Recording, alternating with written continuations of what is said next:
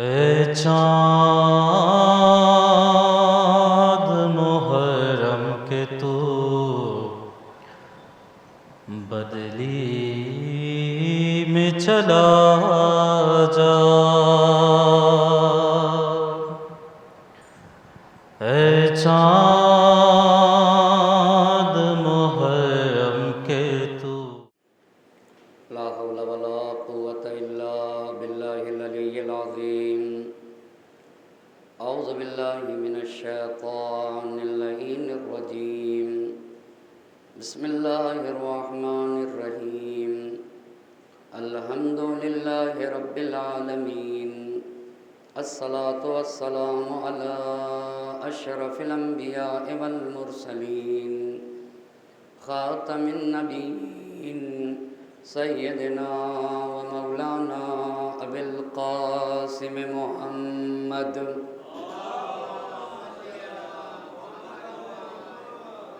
وعلى أهل بيته الطيبين الطاهرين المعصومين ولعنة الله على أعدائهم أجمعين.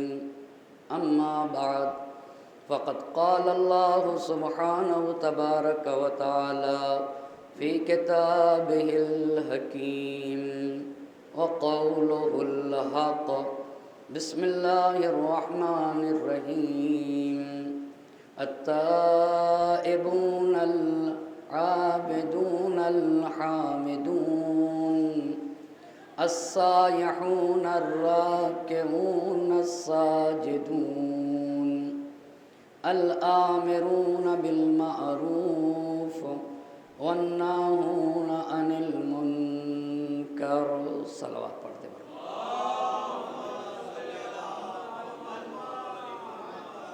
عشرہ مجالس کی 7ویں گفتگو ہے اور عنوان گفتگو ہے کربلا گام بگام. اس عنوان پہ گفتگو کرنے کے لیے قرآن مجید کی جس آیہ مبارکہ کو سرنامہ سخن قرار دیا ہے اس میں خالق اور مالک کا ارشاد ہو رہا ہے. وہ لوگ جو سماج اور معاشرے کو بدلنا چاہتے ہیں ان کے لیے چند شرطیں ہیں، جن میں پہلی شرط التائبون، وہ آب توبہ سے اپنے وجود کو پاک و پاکیزہ کرتے ہیں. جو لوگ سماج اور معاشرے کی اصلاح کرتے ہیں ان کا رشتہ خالق اور مالک سے ہوتا ہے. اور ان کی دوسری شرط ہے العابدون، وہ صرف اور صرف اپنے مالک کی عبادت کرتے ہیں، اپنے رب کے سوا، اپنے خالق کے سوا اور اپنے معبود کے سوا کسی اور کو لائق پرستش سمجھتے ہی نہیں ہیں. اور ان کی تیسری شرط الحامدون، وہ صرف اور صرف اپنے رب کی حمد کرتے ہیں، اپنے رب کے سوا، اپنے معبود کے سوا کسی کو بھی لائق ستائش سمجھتے ہی نہیں. اور ان کی چوتھی شرط یہ ہوتی ہے السائحون، وہ کائنات کے ذرے ذرے میں اپنے خالق کو دیکھتے ہیں. کائنات کا ذرہ ذرہ انہیں خالق اور مالک کا پتہ بتاتا ہے. ان کی 5ویں شرط یہ ہوتی ہے الراکعون، مصلحین رکوع کرتے ہیں اور رکوع میں جا کر کہتے ہیں سبحان ربی العظیم و بحمدہ، میرا پروردگار عظمتوں کا مالک ہے، وہ ہر عیب سے، ہر نقص سے، ہر کمی سے پاک و پاکیزہ ہے، وہ منزہ ہے. میں اس پروردگار کی تسبیح کرتا ہوں جو ہر عیب سے پاک و پاکیزہ ہے اور جو عظمتوں کا مالک ہے. اور ان کی 6ٹھی شرط الساجدون، سجدہ کرتے ہیں، سجدوں میں سر رکھ کے کہتے ہیں سبحان ربی الاعلی و بحمدہ. بڑا اگر کوئی ہے تو صرف خالق اور مالک بڑا ہے، کبریائی اسی کا حق ہے. وہ ہر عیب سے، ہر نقص سے، ہر کمی سے پاک و پاکیزہ ہے. میں اس خدا کی تسبیح کرتا ہوں جس میں کسی طرح کا کوئی عیب کوئی نقص اور کوئی کمی پائی نہیں جاتی۔ جب ان 6 شرطوں پہ فائز ہوتے، تائب بن جاتے، عابد بن جاتے، حامد بن جاتے، سائح بن جاتے اور راکع اور ساجد بن جاتے، اب یہ سماج اور معاشرے کی اصلاح کے لیے نکلتے ہیں۔ الآمرون بالمعروف والناہون عن المنکر، اب یہ سماج اور معاشرے میں اچھائیوں کو عام کریں گے، برائیوں کا خاتمہ کریں گے۔ آیت بہترین انداز میں یہ بیان کرنا چاہ رہی ہے کہ بڑے کاموں کے لیے بڑے لوگوں کی ضرورت ہوا کرتی ہے۔ حسین شہید اعظم، مجاہد اعظم اور مصلح اعظم ہیں اور مکمل اسلام کی بقا کے لیے نکلے تھے، لہٰذا حسین کے یادگار انقلاب کو سمجھنے کے لیے تاریخ اسلام کو سمجھنا ہوگا۔ اور سلسلے گفتگو یہاں تک پہنچا کہ نبی کی رحلت کے بعد خلافت کو غصب کر لیا جاتا ہے۔ 11 سے 13 تک پہلے خلیفہ، 13 سے 23 تک دوسرے خلیفہ اور 23 سے 35 تک تیسرے خلیفہ، اور پھر سن 35 ہجری میں ہمارے اور آپ کے پہلے امام کے دست مبارک پر بیعت ہوتی ہے۔ دوسرے دن امام خطبہ دیتے ہیں، اس کے بعد بیت المال کو تقسیم کیا جاتا ہے۔ برابر سے تقسیم کرنے کے نتیجے میں طلحہ، زبیر، مروان امام سے ناراض ہو جاتے، اور پھر ایک وقت وہ بھی آتا جب اپنی ناراضگی کو عام کر دیتے، اور عام کر کے یہ لوگ یہاں تک پہنچتے، مکہ مکرمہ میں پہنچ جاتے، طلحہ مکہ میں، زبیر مکہ میں، اور عائشہ بھی مکہ میں، اور پھر اسلحہ، ہتھیار، مال و دولت جمع کر کے مکے سے بصرہ کے لیے روانہ ہو جاتے ہیں۔ مکے سے نکلے، نماز کا وقت آیا، اختلاف ہو جاتا ہے، مقام ذات عرق پہ سعید بن عاص کی مروان سے ملاقات ہوتی ہے، پھر ہواب پڑتا ہے، ہواب کے کتے بھونکنے لگتے ہیں، وہاں پہ جھوٹی گواہی دی جاتی ہے، اور پھر وہاں کے اوپر سے مدینے میں عمر ابن خطاب کی بیٹی حفصہ کو عائشہ خط لکھتی ہیں، وہ بھی ساری بات ہو چکی ہے۔ ادھر سے میرے امام مدینے سے ربضہ، ربضے سے مقام ذیقار پہ، صحیح ہو گئی بات، امام مقام ذیقار پہ، ادھر سے یہ لوگ بصرہ کے قریب پہنچ گئے، ابو موسیٰ کے کنویں پر، اور کنویں پر پہنچنے کے بعد پس امام مقام ذیقار پر، اور یہ لوگ کہاں پہنچ گئے؟ ابو موسیٰ کے کنویں پر، جو شہر بصرہ سے پہلے ہے، شہر میں داخل ہونے سے پہلے انہوں نے عثمان بن حنیف کو خط لکھا، دارالامارہ ہمارے حوالے کر دو اور شہر کی حکومت بھی ہمارے حوالے کر دو۔ عثمان بن حنیف نے احنف بن قیس سے مشورہ کیا، احنف بن قیس کے بعد حکیم بن جبلہ سے مشورہ کیا، اتنے میں امام کا خط آ گیا۔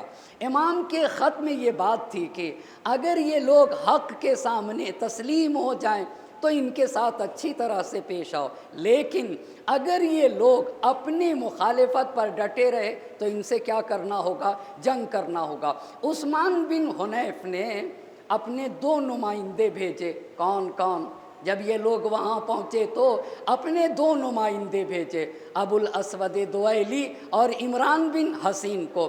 یہ لوگ گئے، انہوں نے سب سے پہلے عائشہ سے گفتگو کی، زبیر سے گفتگو کی، اور اس کے بعد طلحہ سے، لیکن طلحہ نے کہا کہ ہم علی سے لڑیں گے۔ عثمان بن حنیف کے پاس آ گئے، کہا یہ لوگ جنگ کرنا چاہتے ہیں۔ عثمان بن حنیف نے اپنے لشکر کو آگاہ کیا، اپنا لشکر کوفے کے باہر بھیجا، وہ لوگ مربض پہ ٹھہرے رہے۔ جب وہ مربض پہ پہنچے تو طلحہ، زبیر، عائشہ ان لوگ کے پاس گئے جو بصرے کے لوگ تھے۔ پہلے ان لوگوں کو 2 گروہ میں بانٹا، 2 گروہ میں بانٹنے کے بعد عثمان بن حنیف کے لشکر کے پاس آ گئے، اور پھر ان سے جنگ ہوئی۔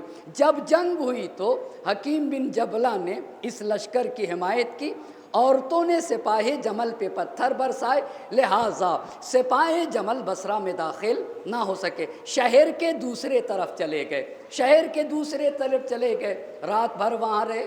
صبح کو عثمان بن حنیف اپنے لشکر کے ساتھ آئے، ان سے لڑائی ہوئی، جنگ کے دوران صلح ہو گئی۔ صلح یہ ہوئی کہ ہم کو شہر کے اندر جانے دیا جائے، لیکن مسجد سے کوئی مطلب نہیں ہوگا، دارالامارہ سے کوئی مطلب نہیں ہوگا، بیت المال سے کوئی مطلب نہیں ہوگا، منبر سے کوئی مطلب نہیں ہوگا، اور عثمان بن حنیف سے۔ پھر جب یہ لوگ شہر میں داخل ہو گئے، عثمان بن حنیف دارالامارہ میں داخل ہو گئے اور اپنے سپاہیوں کو کہہ دیا کہ اپنے اپنے شہروں کو، دیہاتوں کو چلے جاؤ، زخمیوں کا علاج کرو۔ تو انہوں نے دیکھا کہ اگر علی آ گئے بصرے کے اندر تو ہم وہ منمانی نہیں کر سکیں گے، لہٰذا انہوں نے فوج جمع کی، اطراف کے قبیلے والوں کو خط لکھے اور ایک قبیلے میں خود گئے، اور جب ان کی تعداد زیادہ ہو گئی تو ایک رات کو مسجد بصرہ میں یہ لوگ نماز صبح کے وقت داخل ہو گئے۔ صحیح ہو گئی بات؟ وہاں داخل ہو گئے تو کیا ہوا، صبح کے وقت عثمان بن حنیف محراب میں گئے، بس یہ لوگوں نے عثمان بن حنیف کو ہٹایا، زبیر کو، اور یہ سلسلہ چلتا رہا یہاں تک کہ صبح ہو گئی۔ اور جب مجمع یہ کہنے لگا کہ تم رسول اللہ کے صحابی ہو، تمہیں خدا کا خوف نہیں، تو زبیر جا کر کھڑا ہوا جبکہ سورج نکل چکا تھا، نماز پڑھا دی۔ نماز پڑھانے کے بعد کہا کہ عثمان بن حنیف کو اور ان کے محافظین کو کیا کرو، گرفتار کرو۔ گرفتار کر کے لایا گیا، پہلے عثمان بن حنیف کو مارا گیا، صحیح ہو گئی بات، اور اس کے بعد ان کے بدن کے سارے بال نوچے گئے، اور اس کے بعد عثمان بن حنیف کو اور ان کے 70 ساتھیوں کو کہاں بھیج دیا گیا؟ عائشہ کے پاس۔ انہوں نے کہا ابان جو کہ عثمان کا بیٹا تھا، تم کس کو قتل کر دو؟ عثمان بن حنیف کو۔ عثمان بن حنیف نے کیا کہا؟ میرا بھائی سہیل بن حنیف مدینے میں، اگر مجھے قتل کیا تو تم میں سے ایک ایک کو قتل کر دے گا۔ یہیں تک تو بات ہوئی تھی نا، ایک ایک کو۔ تو عثمان بن حنیف کو قتل نہ کیا گیا، ان کے 70 نگہبان کو قتل کیا گیا۔ پھر وہ 400 لوگ جو بیت المال کی حفاظت کر رہے تھے انہیں بھی قتل کر دیا گیا، صحیح۔ پھر عثمان بن حنیف سے کہا گیا کہ آپ رہیے گا یا جائیے گا، تو عثمان بن حنیف کہاں چلے گئے؟ مقام ذیقار پہ۔ حکیم بن جبلہ نے سپاہ جمل کا کیا کیا؟ مقابلہ کیا۔ مقابلہ کیا تو عائشہ نے کہا مجھے اونٹ پہ بیٹھاؤ، اونٹ پہ بیٹھا کے ان کا مقابلہ ہوا تو حکیم بن جبلہ بھی مارے گئے اور ان کے 300 ساتھی مارے گئے۔ اس کو کہتے ہیں جمل اصغر۔ اس کو کیا کہا جاتا ہے؟ جمل اصغر کہا جاتا ہے، ٹھیک ہے۔ اس کے بعد پھر نماز کا مسئلہ آیا تو اب کیسے اختلاف حل کیا گیا؟ ایک وقت طلحہ کا بیٹا پڑھائے گا، دوسرے وقت کون پڑھائے گا؟ زبیر کا بیٹا پڑھائے گا۔ یہاں تک کل کی گفتگو تھی۔ ایک صلوات پڑھ دے بر محمد اور آل محمد۔ بس گفتگو یہاں تک پہنچی، گفتگو یہیں تک پہنچی ہے کہ پورا شہر بصرہ کس کے اختیار میں ہوا؟ سپاہ جمل کے اختیار میں۔ اب مقام ذیقار پہ ہمارے اور آپ کے امام ہیں۔ میرے امام کو یہ پتہ چلا مقام ذیقار پہ پتہ چلا کہ بصرہ والوں کے اوپر ظلم ڈھایا گیا ہے۔ مظالم کی داستان جب پتہ چلی تو امام علی علیہ السلام ذیقار سے روانہ ہوئے۔ کس کی طرف روانہ ہوئے؟ ذیقار سے بصرہ کی طرف۔ ادھر عائشہ، طلحہ، زبیر کو پتہ چلا کہ علی علیہ السلام اپنے لشکر کے ساتھ بصرہ کے لیے روانہ ہو گئے، تو وہ لوگ بصرہ کے اندر سے باہر آئے اور ادھر سے امیر المومنین کا لشکر پہنچا۔ بصرہ کے باہر ایک جگہ ہے، اس جگہ کو کہتے ہیں قصر۔ اس جگہ کا نام کیا ہے؟ مقام قصر، قاف صاد رے۔ مقام قصر پہ دونوں لشکر کا آمنا سامنا ہوتا ہے۔ پس پہلا مرحلہ دونوں لشکر کا آمنا سامنا۔ کہاں کے اوپر آمنا سامنا ہوا؟ مقام قصر کے اوپر۔ 3 دن تک بغیر جنگ کے یہ لشکر دونوں ٹھہرا رہا۔ کتنے دنوں تک؟ 3 دنوں تک۔ ہوتا کیا رہا؟ 3 دن تک خط و کتابت کا سلسلہ جاری رہا، پیغام بھیجے گئے۔ اب یہاں کے اوپر امام نے سب سے پہلے جو کارنامے انجام دیے ہیں وہ غور طلب ہیں۔ پس مقام قصر پہ ہم لوگ ہیں، دونوں لشکر آمنے سامنے۔ ایک طرف کون ہے؟ سپاہ جمل۔ سپاہ جمل کس کو کہتے ہیں؟ طلحہ، زبیر، ان کے لشکر کو۔ اور ایک طرف امیر المومنین علی علیہ السلام کا لشکر ہے۔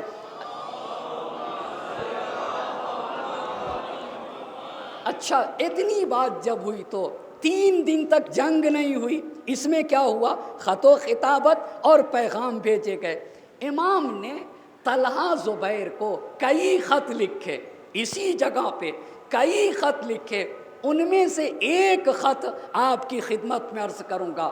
ایک خط جو امام نے مقام قصر پہ پہنچ کے طلحہ زبیر کے نام لکھے، اس کو میں نے پوائنٹس کے طریقے سے بیان کیا ہے، وہ آپ کی خدمت میں عرض کرنا چاہتا ہوں۔ اس خط میں پہلے خدا کی حمد و ثنا بجا لائے، اس کے بعد نبی گرامی حضرت محمد مصطفیٰ صلی اللہ علیہ پر درود و سلام کے بعد پہلی بات امام نے یہ کہی، پہلی بات، طلحہ زبیر تم اچھی طرح سے جانتے ہو جب تک لوگوں نے بیعت کے لیے اصرار نہیں کیا میں نے اپنا ہاتھ نہیں بڑھایا، یہ پہلی بات۔ دوسری بات، تم لوگ خود میری تلاش میں آئے تھے اور خود آ کر کے تم دونوں نے میرے ہاتھوں پر بیعت کی ہے، 2 باتیں ہو گئیں۔ تیسرا پوائنٹ، لوگوں نے میری بیعت قدرت، غلبہ اور مال و دولت کی بنیاد پر نہیں کیا ہے۔ چوتھا پوائنٹ غور طلب ہے، چوتھا پوائنٹ امام نے کہا کہ تم لوگوں نے اگر میری بیعت خوشی خوشی کی تھی، خوشی خوشی کی تھی تو میری طرف پلٹ آؤ اور جلد از جلد توبہ کر لو۔ اگر خوشی خوشی بیعت کی تھی تو میری طرف پلٹ آؤ اور توبہ کر لو، اور اگر خوشنودی اور رضا کے بغیر بیعت کی تھی تو تم نے اپنے خلاف میرے حق میں ایک دلیل دے دی۔ وہ دلیل کیا ہے؟ اگر تم نے رضا اور خوشنودی کے بغیر بیعت کی تھی تو تم نے اپنے خلاف میرے حق میں ایک دلیل دی۔ وہ دلیل یہ کہ میں تم سے اب دریافت کر سکتا ہوں کہ جب تم دل سے راضی نہیں تھے تو تم نے منافقت کیوں دکھائی؟ بھائی جب تم دل سے راضی نہیں تھے تو تم نے منافقت کیوں دکھائی؟ اندر سے ناراض تھے اور دکھا یہ رہے تھے کہ ہم راضی ہیں، یہ ہم پوچھ سکتے ہیں۔ صحیح ہو گئی بات، اتنی بات پوچھ سکتے ہیں۔ پھر امام نے چھٹی بات کہی، کہا مجھے میری ذات کی قسم ہے، بڑی عظیم بات ہے، مجھے میری ذات کی قسم ہے تم نے تقیتاً بیعت نہیں کی تھی، تم لوگوں نے ڈر کے مارے بیعت نہیں کی تھی۔ کیوں آقا؟ کہا تم دونوں بیعت نہ کرتے، یہ آسان تھا، اس بات سے کہ بیعت کر کے بیعت توڑ دو، اس سے آسان تھا تمہارے لیے کہ ابتدا سے بیعت ہی نہ کرتے، لہٰذا تم نے کسی ڈر سے کسی تقیے سے بیعت نہیں کی۔ اچھا، 7واں پوائنٹ امام نے کہا تمہارا خیال یہ ہے کہ عثمان کو میں نے قتل کیا ہے، تمہارا خیال یہ ہے کہ عثمان کو میں نے قتل کیا ہے، تو کہا ابھی بھی وہ لوگ موجود ہیں جنہوں نے نہ تمہارے ہاتھوں پہ بیعت کی ہے نہ میرے ہاتھوں پہ بیعت کی ہے، یعنی نہ تمہارے آدمی ہیں نہ میرے آدمی ہیں، ان کو جج بنا لو، ان سے فیصلہ کرا لو، جو وہ فیصلہ کر دے کہ عثمان کا قاتل کون ہے اسے مان لیا جائے گا، بے طرف انسان کو لے آؤ نا۔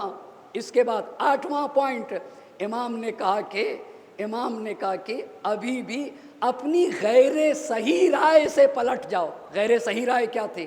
غیر صحیح رائے کیا تھی؟ تم علی سے لڑنا چاہتے ہو نا، کہا ابھی بھی پلٹ جاؤ، اگر بغیر لڑے چلے گئے تو صرف اور صرف ذلیل ہوگے۔ اللہ اللہ، بہت توجہ کریے گا، اگر بغیر لڑے چلے گئے۔ ایک عربی میں ایک لفظ ہے نار، کیا لفظ ہے؟ نار، اور ایک لفظ ہے آر، کیا؟ ایک لفظ ہے آر اور ایک ہے نار۔ نار کے معنی ہوتے ہیں آگ کے، آر کے معنی کیا ہوتے ہیں؟ ذلت و رسوائی کے۔ کہا اگر بغیر لڑے چلے گئے تو صرف اور صرف دنیا میں ذلیل ہوگے، اور اگر میرے خلاف لڑ لیا تو ذلیل بھی ہوگے، جہنم کی آگ بھی نصیب ہوگی۔ ایک صلوات پڑھ دے بر محمد اور آل محمد، کیونکہ یہاں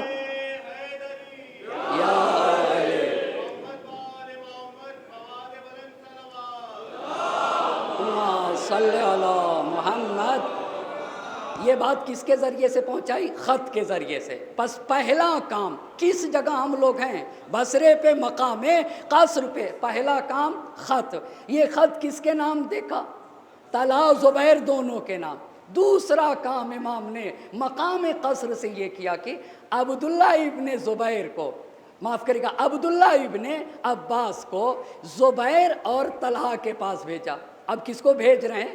خود عبداللہ ابن عباس کو۔ اور عبداللہ ابن عباس سے کہا کہ آپ جائیے اور جا کر زبیر سے اتنا کہیے گا، بہت توجہ کریے گا، زبیر سے اتنا کہیے گا، زبیر عرفتنی بالحجاز وانکرتنی بالعراق، اس سے کہیے گا مکے مدینے میں ہوتے ہو تو علی کو اچھی طرح پہچانتے ہو، اور عراق میں آ گئے ہو تو علی کو پہچان نہیں رہے ہو۔ اس سے بس اتنا کہہ دیجئے گا کہ یہاں پر بھی وہی حجاز والا علی ہے۔ بہت توجہ کرنے کی ضرورت ہے۔ عرفتنی بالحجاز، حجاز کس کو کہتے ہیں؟ حجاز، مکہ حجاز کا ایک شہر ہے، ٹھیک ہے؟ حجاز میں کئی شہر آتے ہیں، مکہ، مدینہ، خیبر، طائف، پورے سعودیہ عربیہ کو حجاز کہا عرفتنی بالحجاز، حجاز میں تو علی کو پہچانتے ہو اچھی طرح سے، انکرتنی بالعراق، تمہیں ہو کیا گیا ہے؟ عراق میں بصرہ اور کوفہ عراقی کے تو شہر ہیں، عراق میں نہیں پہچانتے ہو، حجاز میں پہچانتے ہو۔ یہ کس کے پاس بھیج کے کہلوایا؟ عبداللہ ابن عباس کو بھیجا، زبیر سے کہنا، اور پھر یہ تاکید کی کہ آپ طلحہ سے بات نہ کریے گا۔ کس سے؟ کیوں امام؟ کیوں طلحہ سے؟ آپ نے دیکھا ہوگا یہ جو بھینسیں ہوتی ہیں یہ کئی طرح کی ہوتی ہیں، اور ان کی سینگ ہوتی ہے، کچھ بھینسوں کی سینگ ایسے گولائی میں ہالا بنا ہوتا ہے ایسے، اور مضبوط بھی ہوتی ہے وہ سینگ، ایک تو گھوم کے گول ہوتی ہے، اور کیا ہوتی ہے کہ اس کو سیدھا کر نہیں سکتے، اگر کیا تو ٹوٹے گی، کیا تو کیا ہے، ٹوٹے گی۔ کہا کہ طلحہ سے بات نہ کریے گا۔ کیوں آقا؟ کہا اس کی مثال اس بھینس کی سی ہے، اللہ اللہ، اس کی مثال اس بھینس جیسی ہے جس کی سینگ میں ہالے پڑے ہوئے ہوتے ہیں، جس کی سینگ میں ہالے پڑے ہوئے ہوتے ہیں، وہ حق بات کے سامنے تسلیم ہونے والا نہیں ہے، وہ حق، اس کو بڑا احمق کہا جاتا ہے۔ صلوات پڑھ دے بر محمد اور آل محمد۔ بس کہا طلحہ سے بات نہ کرنا۔ بس دو کام ہوئے نا، پہلا کام خط، دوسرا کام عبداللہ ابن عباس کو کس کے پاس بھیجا؟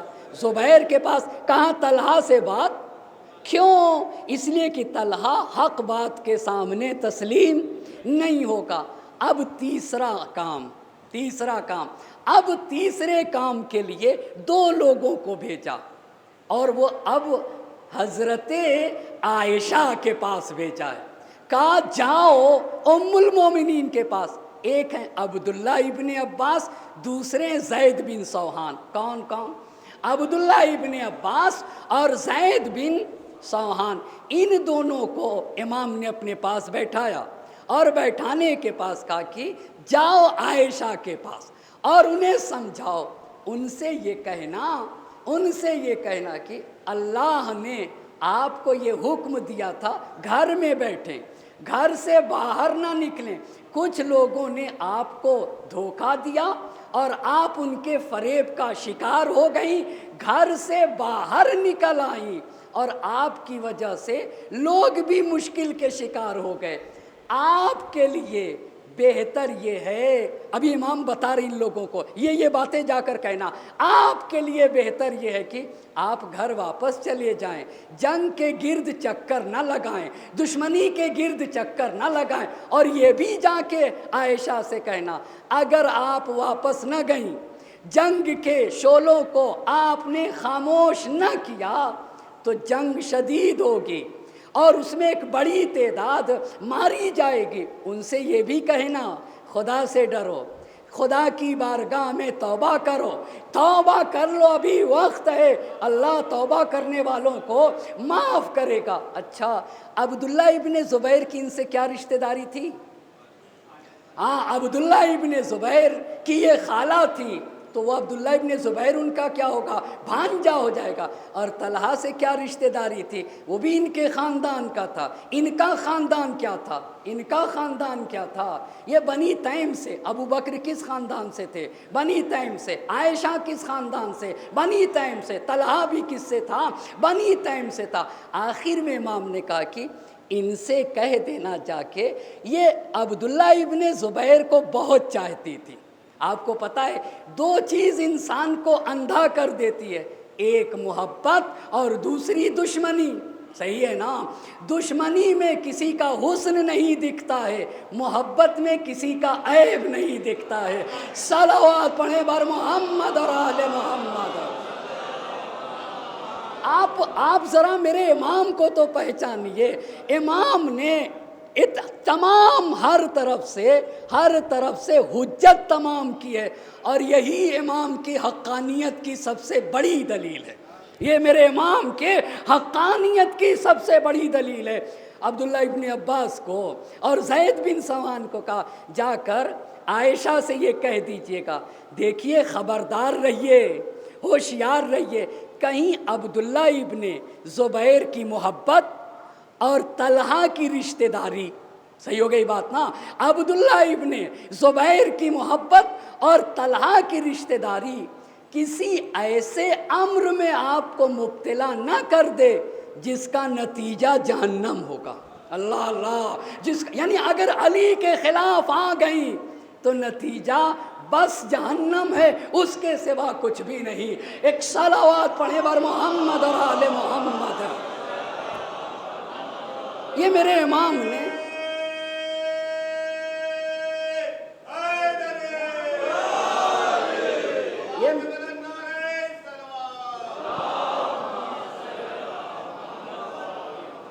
اچھا، تو یہ تو ابھی بتایا تھا نا پیغام۔ اب یہ لوگ چلے، کون کون؟ عبداللہ ابن عباس اور کون؟ زید بن سوحان دونوں چلے، پہنچے عائشہ کے پاس، امام کا پیغام سنایا۔ یہ ساری باتیں جو امام نے کہی تھی، امام کا پیغام سنایا۔ تو سننے کے بعد عائشہ کہتی ہیں کہ میں علی کے باتوں کا جواب نہیں دے سکتی ہوں، میرے اندر اتنی کیپیسٹی ہی نہیں ہے کہ میں علی کی باتوں کا جواب دے سکوں۔ تو عبداللہ ابن عباس تھے، امام کے شاگرد تھے، فوراً کہا جب آپ علی کا جواب نہیں دے سکتی ہیں تو علی کے خدا کا کیسے جواب دیں گے؟ ایک صلوات پڑھیں بر محمد اور آل محمد۔ کہا جب علی کی دلیلوں کا جواب نہ دے سکیں گی، علی کے استدلال کا، تو وہاں تو علی کا خدا پوچھے گا کیوں آئی تھی حجت خدا کے مقابل میں؟ آپ کو تو حکم تھا قرآن میں قرنا فی بیوتکن، آپ کو تو گھر میں رہنا چاہیے تھا۔ کہا جب آپ علی کا جواب نہیں دے سکتی ہیں تو علی کے خدا کا کیسے جواب دیں گے؟ یہ لوگ واپس آ گئے یہ کہہ کے، کون کون؟ عبداللہ ابن عباس، زید بن سوان۔ امام سے یہ کہا کہ وہ لڑنے کے لیے تیار ہیں۔ امام سے کیا کہا؟ یہ لوگ لڑنے کے لیے تیار ہیں۔ اچھا، جب آ گئے وہاں سے، امام کو یہ کہا کہ یہ لوگ لڑنے کے لیے تیار ہیں، تو امام نے اپنے لشکر کو جمع کیا، اسی مقام قصر پہ ایک خطبہ دیا۔ اس خطبے میں چند اہم باتیں کہی ہیں، آپ کو پتہ ہے ایک مسئلہ ہے، لات کے بھوت باتوں سے باز نہیں آتے ہیں، یہ مسئلہ ہے نا، یعنی جس کو بات راس نہ آئے، امام نے کہا کہ جس کو بات راس نہ آئے پھر اس کا تلوار سے ہی فیصلہ ہوگا۔ پھر اس کا کس سے فیصلہ ہوگا؟ صرف اس کا تلوار سے۔ اسے تو تلوار کی گھن گرج اسے سبق سکھا دے گی، اور ان کے کان تو تلوار کی گھن گرج کھولے گی ان کے کانے جو بات سے نہیں مانتے۔ اب خطبہ دے رہے ہیں، کہاں پہ خطبہ دے رہے ہیں؟ اچھا بتائیے کتنی باتیں ہم لوگ سیکھ چکے؟ ایک، خط طلحہ زبیر کے نام۔ دو، عبداللہ ابن عباس کو زبیر کے پاس بھیجا، کہا طلحہ سے بات نہ کرے گا۔ تین، عبداللہ ابن عباس اور زید بن سوحان کو کس کے پاس بھیجا؟ عائشہ کے پاس بھیج دیا۔ پلٹ آئے اور یہ کہا کہ بھائی ہم لوگ لڑیں گے۔ اب چوتھا کام ہے نا، چوتھی بات کیا کی میرے امام نے؟ خطبہ دیا اپنے لشکر کے سامنے، اس میں پہلی بات کہی، بہت توجہ کریے گا، پہلی بات امام نے یہ کہی کہ اے میرے سپاہیوں، اللہ اللہ، اے میرے سپاہیوں، میں نے سپاہ جمل سے صلح و آشتی کی بات کی، اللہ اللہ، کہا میں نے محبت کی بات کی، میں نے صلح کی بات کی ہے، پر وہ متوجہ نہ ہوئے، یہ پہلی بات۔ کہا انہوں نے بیعت توڑ دیا، میں نے بیعت توڑنے کی سرزنش کی۔ کہا انہوں نے میرے حق میں ظلم کیا، میں نے اس سے بھی ان کو آگاہ کیا، مگر ان کے یہاں ندامت کا احساس ہی نہیں، ان کے یہاں کوئی شرم کوئی حیا نہیں، اللہ اللہ، آپ دیکھیں نا انسان کتنا پست ہے۔ کہا میں صلح و آشتی کی بات کر رہا ہوں، میں نے ان کی سرزنش کی کہ تم نے بیعت کر کے بیعت توڑ دی، تم نے میرے حق میں ظلم کیا، تو ان کو ندامت بھی محسوس نہیں ہوئی، ان کے ہاں ذرہ برابر شرم و حیا نام کی چیز نہیں، یہ پہلا پوائنٹ۔ دوسری بات اپنے فوج سے کہتے ہیں کہ اے میرے سپاہیوں، تو ایک تو وہ شرم نہ کیا انہوں نے، اپنے کیے ہوئے پہ نادم و پشیمان نہ ہوئے، دوسری بات مجھ کو دھمکی دے رہے ہیں، کیا مجھ کو دھمکی دے رہے ہیں؟ بہت توجہ کریے گا، مجھ کو دھمکی دے رہے ہیں کہ تلواروں اور نیزے کے مقابلے کے لیے تیار ہو جائیے۔ اچھا، کہا آج تک کسی نے مجھے ایسی دھمکی نہیں دی، اللہ اللہ، ابھی سنیے گا، کہا کسی نے دھمکی نہیں دی، کسی نے دھمکی نہیں دی، اور میں کبھی مار زد و خورد سے، جنگ سے، کبھی اس دھمکیوں سے ڈرا بھی نہیں۔ پھر امام کہتے ہیں اس نے میرے ساتھ انصاف کیا جس نے مجھے جنگ کی دعوت دی۔ مطلب کیا ہوا؟ مطلب کیا ہوا؟ بولیے نا، مطلب کیا ہوا؟ اس نے میرے ساتھ انصاف کیا جس نے مجھے جنگ کی دعوت دی۔ بات یہی کہنا چاہتے ہیں، جس کو بات سمجھ میں نہ آئے، یہ کہنا چاہتے ہیں جس کو بات سمجھ میں نہ آئے اس کا فیصلہ کس سے ہوگا؟ اس کا فیصلہ صرف اور صرف تلوار سے ہوگا۔ جس کو بات سبق نہ سکھا سکے اسے سبق کون سکھائے گا؟ تلوار سبق سکھائے گی اسے۔ اچھا، تلوار سبق سکھائے گی۔ 2 پوائنٹ بتائے نا۔ تیسرا پوائنٹ کہا اے میرے سپاہیوں، اللہ اللہ، اے میرے سپاہیوں، میں وہی ابو الحسن ہوں۔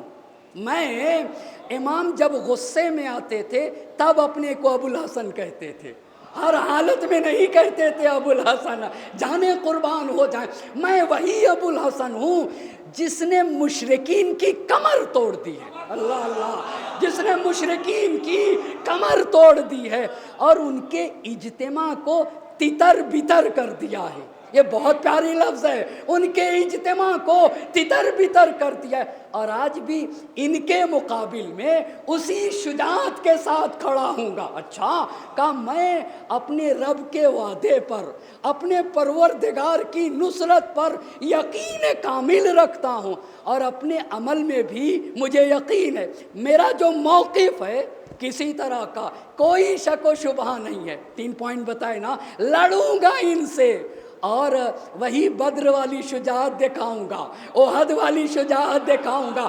اما دمشق میں جب امام سجاد علیہ السلام نے خطبہ دیا تھا نا، تو صلوات پڑھ دیجئے بر محمد اور آل محمد۔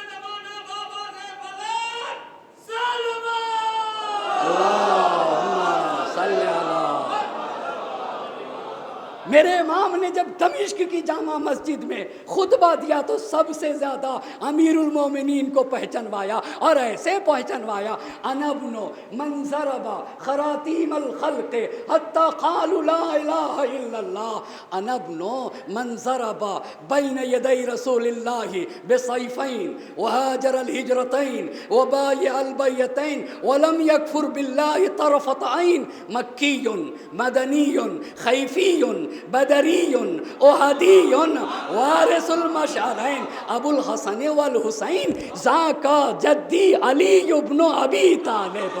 ایک صلوات پڑھے بر محمد۔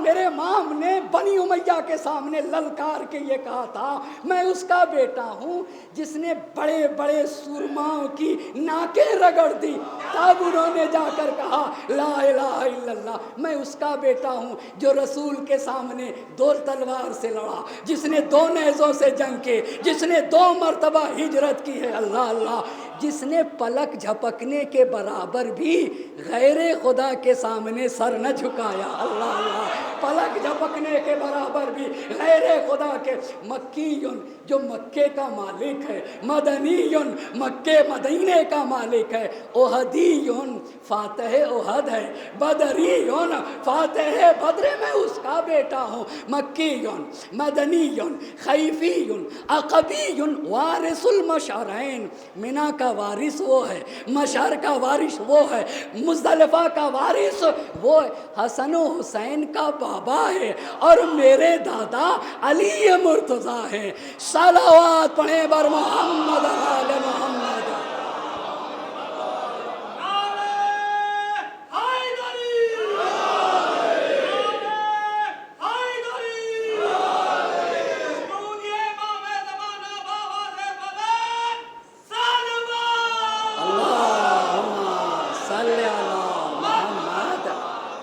اچھا 3 پوائنٹ آپ کو بتائے نا، پہلا پوائنٹ ان کو بات راز، میں صلح کی باتیں کرتا ہوں، نادم بھی نہیں ہوئے، نادم بھی مجھ کو دھمکی دے رہے ہیں، کہہ رہے ہیں کہ لڑنے کے لیے تیار رہیے۔ تیسری بات، میں وہی ابو الحسن ہوں جس نے مشرکین کی کمر توڑ دیا، ان کے اجتماع کو تتر بتر کر دیا ہے، اور ان کے مقابل میں اسی نبی کے زمانے والی شجاعت کے ساتھ آؤں گا، اللہ اللہ۔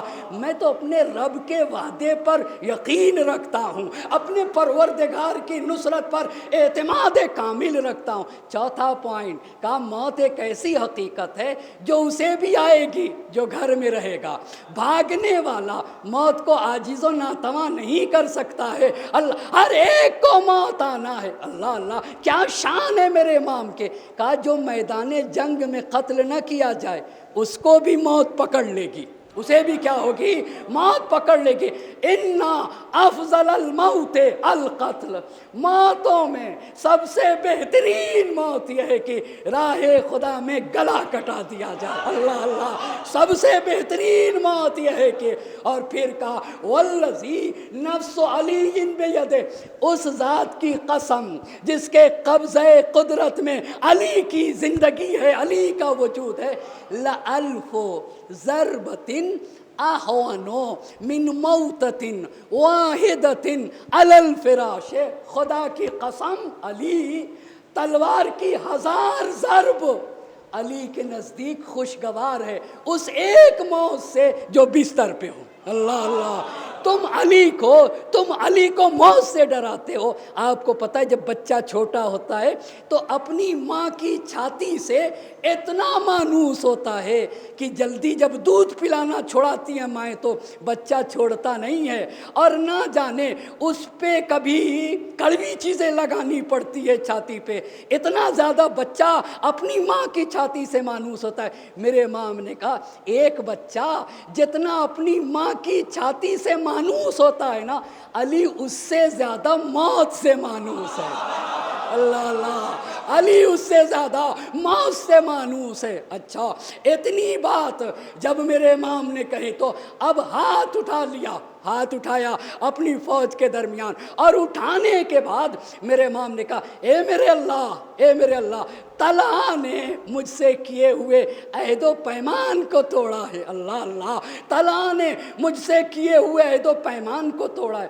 یہی تھا جو لوگوں کو عثمان کے خلاف بھڑکا رہا تھا، یہاں تک کہ عثمان کو قتل کیا گیا، اور عثمان کو قتل کر دیا گیا تو قتل کی تہمت میرے اوپر لگا دی۔ کیا قتل کی تہمت کس کے اوپر لگا دی؟ اے اللہ طلحہ کو مہلت نہ دے، اللہ اللہ، طلحہ کو مہلت نہ دے۔ اور پھر ہاتھوں کو اٹھا کے کہا اے اللہ زبیر نے مجھ سے قطع رحم کیا۔ کیوں قطع رحم کیا؟ ان کی کیا رشتہ داری تھی امام کی؟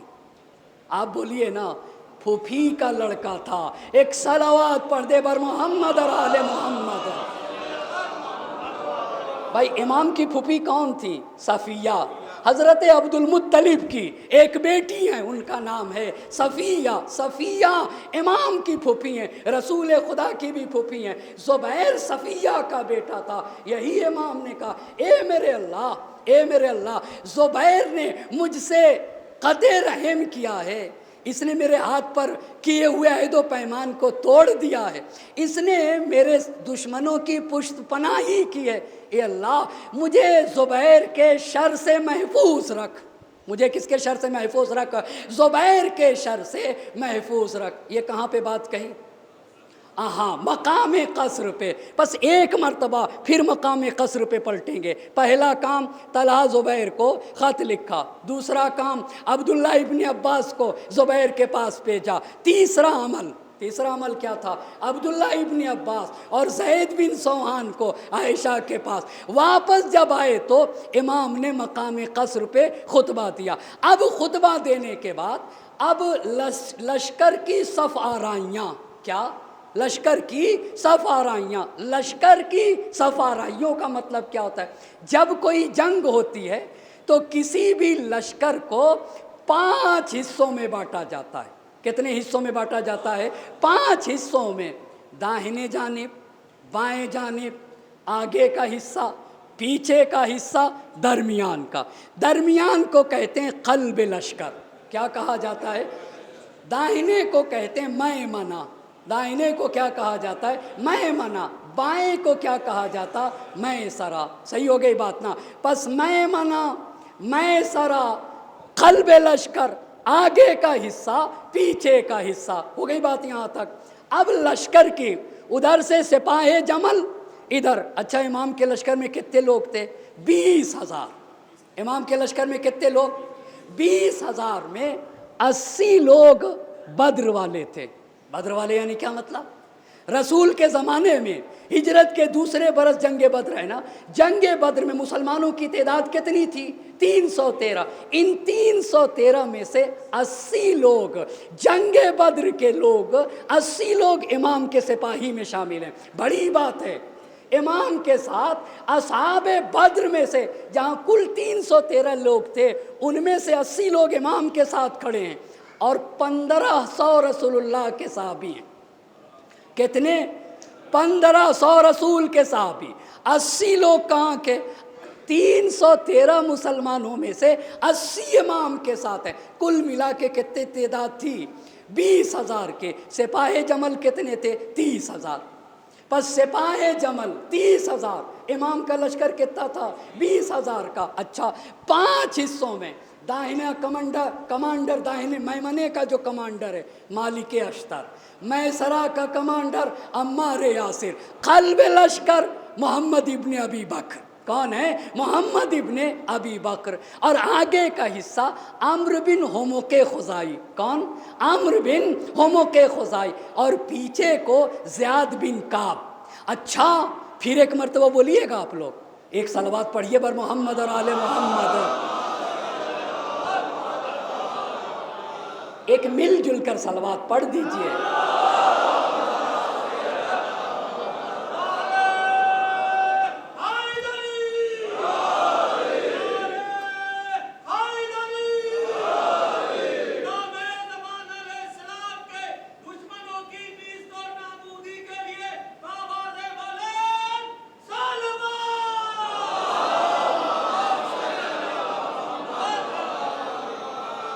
اچھا میمنہ پہ کون ہے؟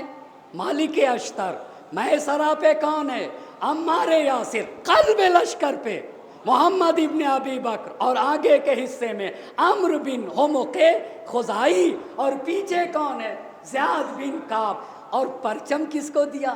اللہ اللہ، پرچم کس کے ہاتھ میں؟ محمد ابن حنفیہ۔ کس کے ہاتھ میں؟ محمد ابن علی مرتضیٰ کے بیٹے ہیں نا محمد ابن۔ تو پھر ان کو محمد ابن حنفیہ کیوں کہا جاتا ہے؟ بھائی ان کو محمد ابن علی کہنا چاہیے نا، محمد ابن، بتائیے کیوں کہا جاتا؟ اس لیے کہا جاتا ان کی والدہ حنفیہ قبیلے سے تھی، ان کی والدہ کی وجہ سے محمد ابن حنفیہ کہا جاتا ہے۔ بات واضح ہو گئی نا؟ کیوں کہا جاتا ہے محمد ابن حنفیہ؟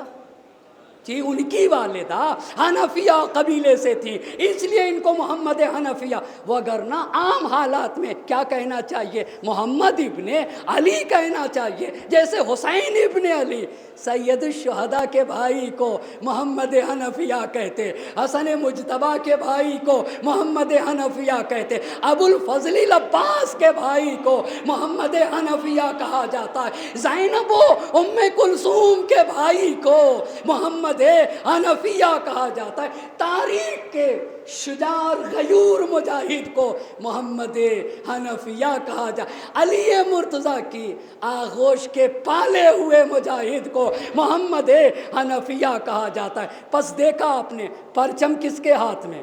پرچم محمد حنفیہ کے ہاتھ میں۔ اب لشکر تیار ہوا تو ایک مرتبہ شان تو دیکھے زمانہ میرے امام کے، ایک مرتبہ امام نے اپنے لشکر میں آواز بلند کی، اور بڑے اہم پوائنٹس ہیں، خدا کی قسم انسانیت پہچانے تو میرے امام کو، آواز بلند کی، اے میرے سپاہیوں، جب تک وہ جنگ کا آغاز نہ کر دے اس وقت تک جنگ میں پہل نہ کرنا۔ اللہ اللہ، اسی کو تو کہتے ہیں حق ہمیشہ چڑھ کے بولتا ہے۔ آج کیوں ذکر ہے حق والوں کا؟ الحق یعلو ولا یعلی علیہ، حق ہمیشہ اونچا رہتا ہے، حق سے اونچی کوئی چیز نہیں ہو سکتی۔ پہلا پوائنٹ آپ بتائیے، پہلا پوائنٹ کیا ہوگا؟ بغیر تھکے سننا ہے اور بغیر تھکے پڑھنا ہے۔ ایک صلوات پڑھیں بر محمد آل محمد۔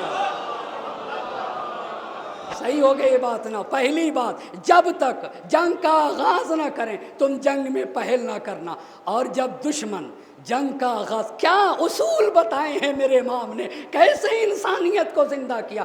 جب دشمن جنگ شروع کر دے اور دشمن ہار جائے تو اے میرے سپاہیوں دیکھو، کسی زخمی پر ہاتھ نہ اٹھانا، اللہ اللہ، کسی زخمی پر ہاتھ نہ اٹھانا۔ دوسرا قانون، کسی بھاگتے ہوئے کا پیچھا نہ کرنا، اللہ اللہ، میرے امام نے کبھی پیچھے زرہ پہنی ہی نہیں، آپ کو پتا ہے، کبھی ہمیشہ زرہ پہنی تو سامنے پہنتے تھے۔ کیوں؟ پیچھے وہ پہنتا ہے جو میدان چھوڑ کے بھاگتا ہے، بھائی پیچھے وہ پہنتا ہے جو میدان چھوڑ کے بھاگتا ہے۔ کہا زخمی پر ہاتھ نہ اٹھانا، بھاگنے والوں کا پیچھا۔ کیا شان ہے؟ کہا کسی بھی مقتول کی شرمگاہ نہ کھولنا، اس کو کہتے ہیں کرامت، اس کو کہتے ہیں انسانیت۔ آپ کو پتہ ہے جنگ خندق میں عمرو بن عبدود کو جب امام نے زیر کیا تو جب اتنا بڑا بہادر تھا، 1000 آدمی کا اکیلا مقابلہ کرتا تھا، کون؟ عمرو بن عبدود، اسے فارس یلیل کہا جاتا تھا۔ اونٹ کا بچہ ایسے ہاتھ سے پکڑ کے ایسے اٹھا کے سپر بنا دیتا تھا۔ اتنا بہادر پہلوان کو جب امام نے مارا تو اس کی زرہ کتنی قیمتی رہی ہوگی، بڑی قیمتی زرہ پہنے تھا۔ تو نیت جس کی جیسی ہوتی ویسے ہی دکھتا ہے۔ امام کو کسی سے ذاتی دشمنی نہیں ہوتی ہے، اس لیے دشمنی تھی امام سے کہ اسلام کا دشمن تھا، بس دشمن اسلام ختم ہوا۔ اب امام کو نہیں، بھئی اسلام کا دشمن تھا، ختم ہو گیا بس۔ تو پہلے اور دوسرے خلیفہ کہتے ہیں کہ علی آپ قتل کر کے صرف سر لے کے چلے آئے، اتنی قیمتی زرہ آپ نے چھوڑ دی۔ انہیں زرہ دکھ رہی ہے، انہیں کیا دکھ رہا ہے؟ انہیں زرہ دکھ رہی ہے، مگر میرے امام کو تو پہچانے دنیا۔ اے علی آپ نے اتنی قیمتی زرہ، کہا سنو، اگر زرہ اس کی اتارتا تو وہ چیز دکھ جاتی جو نہیں دکھنا چاہیے۔ اب آپ کو سمجھ میں آیا؟ کہاں اگر جو لوگ قتل ہیں ان کی شرمگاہوں کو اس کو کہتے ہیں کریم، اللہ اللہ۔ اما جو اپنے دشمن سے بھی محبت کرتے اسے علی مرتضیٰ کہا جاتا ہے۔ ایک صلوات پڑھیں بر محمد اور آل محمد۔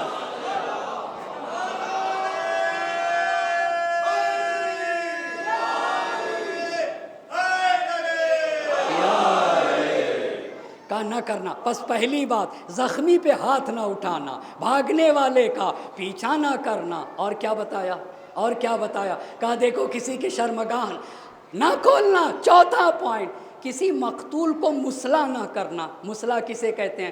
کسی مقتول کے ناک کاٹ لینا، کان کاٹ لینا، انگلیاں کاٹ لینا، کیا شرف ہے میرے امام کا، اللہ اللہ۔ کسی مقتول کو قتل ہونے کے بعد آنکھ، ناک، کان، انگلیاں جدا نہ کرنا، یہ کیا بات بتا رہے ہیں جنگ جمل میں۔ اس کے بعد کہا کہ خیموں میں بغیر اجازت داخل نہ ہونا۔ آپ ذرا امام کی کرامت تو دیکھیے، اور کربلا میں کیا ہوا یہ بتا اس لیے رہا ہوں، یہ جنگ سے پہلے میرے امام کہا خیموں میں بلا اجازت داخل نہ ہونا۔ اور چھٹی بات امام نے کہی، دشمن کی عورتیں تمہارے سرداروں کو گالی دیں گی، تمہارے سرداروں کو برا بھلا کہیں گے، پر عورتوں سے کوئی مطلب نہ رکھنا، عورتوں سے کوئی مطلب نہ رکھنا۔ اتنی بات کہاں کہی؟ لشکر تیار ہے، ہر سارے کمانڈر موجود ہیں، پرچم کس کے ہاتھ میں؟ محمد حنفیہ کے ہاتھ میں۔ اتنی باتیں بتائیں، پھر امام نے قرآن لے لیا۔ طبری نے لکھا ہے عزیزان محترم، امام نے قرآن لیا، قرآن لینے کے بعد اپنے لشکر کے سامنے آ گئے، اور آنے کے بعد کہا میں یہی تو کہنا چاہتا ہوں نا، خدا کی قسم اسلام جوانوں سے پھیلا ہے اور جوانوں ہی نے اسلام کو بچایا ہے۔ اگر آپ شہدائے کربلا کی جب کبھی تاریخ پڑھوں گا تو بتاؤں گا، زیادہ تر لوگ 30 سے نیچے کے تھے۔ شہدائے کربلا میں زیادہ تر لوگ کس سے نیچے تھے؟ 30 سے نیچے تھے، پھیلانے والے بھی جوان تھے۔ ایک 21 برس کا انسان تھا جس نے مدینے میں نبی کے آنے کی فیلڈ ہموار کی، اسے مصعب ابن عمیر کہتے ہیں۔ پورے مدینے میں اسلام کے پھیلنے کی جس نے فیلڈ ہموار کی ہے وہ ایک 21 برس کا جوان تھا۔ کربلا میں امام حسین کے ساتھ جتنے لوگ تھے ان میں سے زیادہ تر لوگوں کی عمریں 30 برس سے کم تھی۔ اب سنیے گا جمل میں کیا شان ہے، ایک جوان ہے، کوفے کا رہنے والا ہے، سفید کرتا پہنے ہوئے۔ امام نے جب قرآن لیا، قرآن لینے کے بعد کہا کون ہے تم میں سے جو سپاہی جمل کے پاس جا کر قرآن سے بات کرے؟ اللہ اللہ، کون ہے تم میں جو سپاہی من یاخذ ھذا المصحف تدعوہم لما فیہ وہو مقتول، تم میں کون ہے؟ اپنے فوج سے کہا تم میں کون ہے قرآن لے، سپاہی جمل سے جا کے گفتگو کرے، لیکن جان لے وہ قتل کیا جائے گا۔ کیسے قتل کیا جائے گا؟ کہا پہلے اس کا داہنا بازو قلم ہوگا، پھر بایاں بازو قلم ہوگا، پھر وہ قرآن کو دانتوں سے سنبھالے گا، پھر اسے شہید کیا جائے گا۔ امام اپنی پوری فوج سے کہہ رہے تھے، ایک جوان کھڑا ہوا کوفے کا، سفید کرتا پہنے ہوئے، آقا میں حاضر ہوں۔ کیا شان ہے، نبی کا فرمان ہے، اگر ایک جوان مومن اور قرآن سے اس کا رشتہ ہو جائے نا تو قرآن اس کے گوشت اور خون کا جز بن جاتا ہے۔ اللہ اللہ، قرآن اس کے گوشت اور خون کا جز بن جاتا ہے۔ کہا میں یا امیر المومنین، امام نے اس کی طرف کوئی توجہ نہ کی۔ بڑی شان ہے عزیزان محترم، کوئی توجہ نہ کی۔ پھر دوبارہ کہا، پھر وہی کھڑا ہوا، پھر وہی جوان کھڑا ہوا۔ اب جب دوبارہ کھڑا ہوا امام نے قرآن دے دیا، قرآن لے کے چلا، وہاں اس اونٹ کے پاس چلا جس پہ حضرت عائشہ بیٹھی تھی، اللہ اللہ، اور ان سے کہتا ہے میں آپ کو قرآن پر عمل کی دعوت دیتا ہوں۔ اللہ اللہ، علی حجت خدا ہیں، قرآن پر عمل کی دعوت دیتا ہوں۔ کس کی طرف بلا رہا تھا حضرت عائشہ کو؟ بولیے نا، قرآن کی طرف کا، اور قرآن امام کا قرآن کی طرف دعوت دیتا ہوں۔ اتنی بات کہہ رہا تھا کہ ان کے خادموں میں سے ایک خادم نے تلوار سے داہنا بازو قلم کر دیا، تلوار سے داہنا بازو، پھر بائیں ہاتھ پہ لیا قرآن، پھر کا بایاں دانتوں سے سنبھالا، اچھا شہید کر دیا گیا۔ اور عالم یہ تھا کہ پورے بازو کا خون ان کے بدن کے اوپر بہ رہا تھا، رواں دواں تھا، رنگین ان کا کرتا۔ امام نے کہا الآن وجب قتالہم، اب جنگ واجب ہو گئی۔ اب کیا ہوا؟ اب جنگ واجب ہو گئی۔ لیکن پھر بھی اتنے مسئلے کے بعد بھی عمار یاسر کھڑے ہو گئے، عمار یاسر کھڑے ہو گئے، عمار یاسر کھڑے ہو کے تقریر کرنے لگے۔ عمار یاسر نے نصیحتیں کی، نصیحتیں کرتے کرتے حضرت عائشہ سے کہنے لگے، حضرت عائشہ سے، خدا اسے قتل کرے گا، کسے قتل کرے گا؟ یہ بتائیے۔ عائشہ کا مطالبہ کیا تھا؟ عثمان کے خون کا بدلہ لیں گے تو یہ حق تھا یا نا حق تھا؟ اگر بدلہ لینا ہے تو زبیر کو مارو نا، بدلہ لینا ہے تو طلحہ کو مارو، قاتل وہ ہیں، علی کے خلاف کیوں؟ علی کے خلاف کیوں؟ تو عمار یاسر نے کہا کہ جس نے کسی ناحق چیز کا مطالبہ کیا اور جو کسی دوسرے پہ ظلم و ستم کرے گا اللہ اسے قتل کرے گا. یہ کس سے کہا عمار یاسر نے؟ عمار یاسر نے کس سے کہا؟ عمار یاسر نے عائشہ سے کہا. اچھا اتنا کہنا تھا، عمار یاسر پہ تیروں کی بارش ہو گئی. کس کی طرف سے؟ سپاہ جمل کی طرف سے. عمار یاسر امام کی فوج کی طرف آئے. امام کی فوج کی طرف آنا تھا کہ عمار یاسر کی طرف بھی تیر، امام کے فوج کی طرف بھی تیر. امام کی فوج کی طرف اتنے تیر آئے کہ امام کے سپاہیوں میں سے ایک شہید ہو جاتا. امام کے سامنے ان کا جنازہ رکھا جاتا. امام کہتے اللہم اشہد، خدایا تو گواہ رہنا، اللہم اشہد. اتنے میں عبداللہ ابن بدیل اپنے ایک بھائی کو لے کر آتے، امام کے سامنے رکھ دیتے. آقا یہ میرا بھائی ہے، دشمن کے تیر سے شہید ہوا، دشمن کے تیر سے. اتنا ہونا تھا کہ اب جنگ کی تیاری ہوگی. ایک صلوات پڑھ دے بر محمد اور آل محمد. ایک اور مل جل کر برعظمت محمد اور آل محمد. ایک اور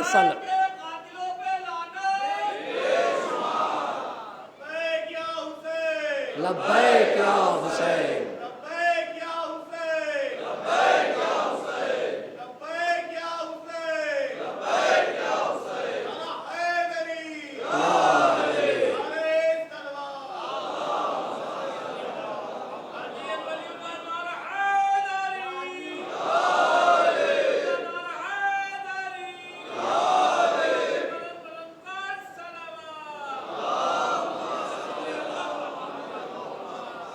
پس دو لوگ شہید ہوئے تیروں سے، عمار یاسر آگے. اب عالم یہ ہے کہ امام علی علیہ السلام نے ذوالفقار لی اور رسول خدا کی زرہ پہن لی اور محمد ابن حنفیہ کو پرچم دے چکے تھے. اور یہاں کے اوپر حسن و حسین سے کہا آپ رسول اللہ کے فرزند ہیں اس لیے آپ کو پرچم نہیں دیا. آپ آنکھ ہیں، محمد حنفیہ ہاتھ ہیں. اللہ اللہ، آپ آنکھ ہیں، محمد حنفیہ کیا ہیں؟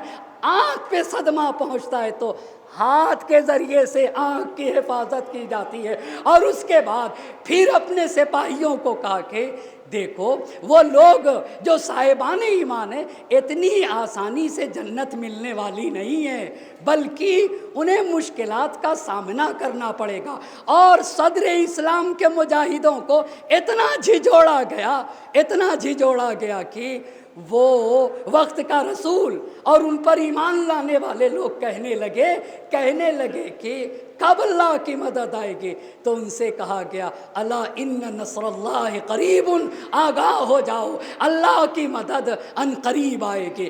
اب دونوں طرف سے جنگ کا ماحول ہے. بھئی پہلے کا جو زمانہ تھا وہ ایک ایک آدمی جا کے لڑتا تھا، آج کی طرح تھوڑی ہے. یہ کون سی مردانگی ہے کہ کچھ سپاہی، کچھ کمانڈرز اپنے گھر میں سوئے ہوئے ہیں اور آپ انہیں میزائل سے اڑا دیجئے. اگر مرد ہو تو سامنے آ کے لڑو نا بھئی، اگر مرد ہو تو سامنے آ کے لڑو. یہ کون سی بات ہے کہ بم گرا کے کسی کو مار دیا جائے، میزائل سے کسی کو مار دیا جائے؟ آج کی جنگ نامردوں کی جنگ ہے، مگر وہاں آمنے سامنے کی لڑائی ہوتے تھے. اچھا اب جب دونوں طرف سے فوجیں جمع ہو گئی، ڈاکٹر پیام اعظمی صاحب کا یہ شعر ضرور کہنا چاہوں گا. محراب میں علی ہے تو منبر پہ ہے علی، کعبہ گواہ دوش پیمبر پہ ہے علی، ہجرت کے شب رسول کے بستر پہ ہے علی، جنت علی کی ملک ہے کوثر پہ ہے علی، ہر جا علی ملیں گے نہ دامن بچائیے، بچنا علی سے ہے تو جہنم میں.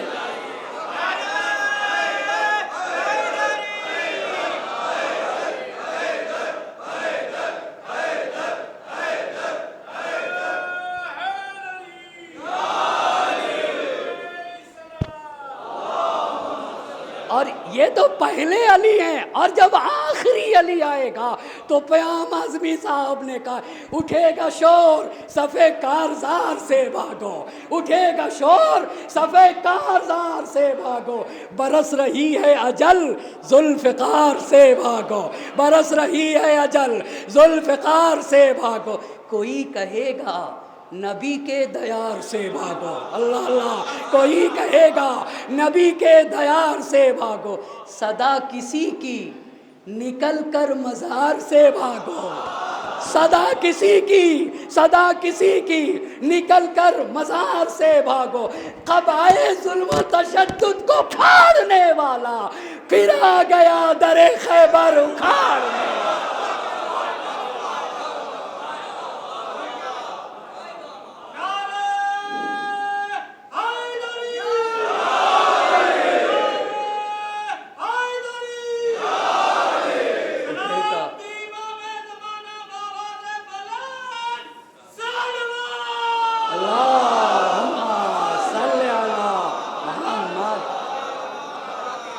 آپ اس پھر پہ دیکھیے، پھر پہ دیکھیے گا، کبھی کبھی آپ کا کوئی مہمان آئے، چلا جائے، آ جائے، پھر جائے، پھر آ جائے، تو آپ کہتے ہیں پھر آ گئے۔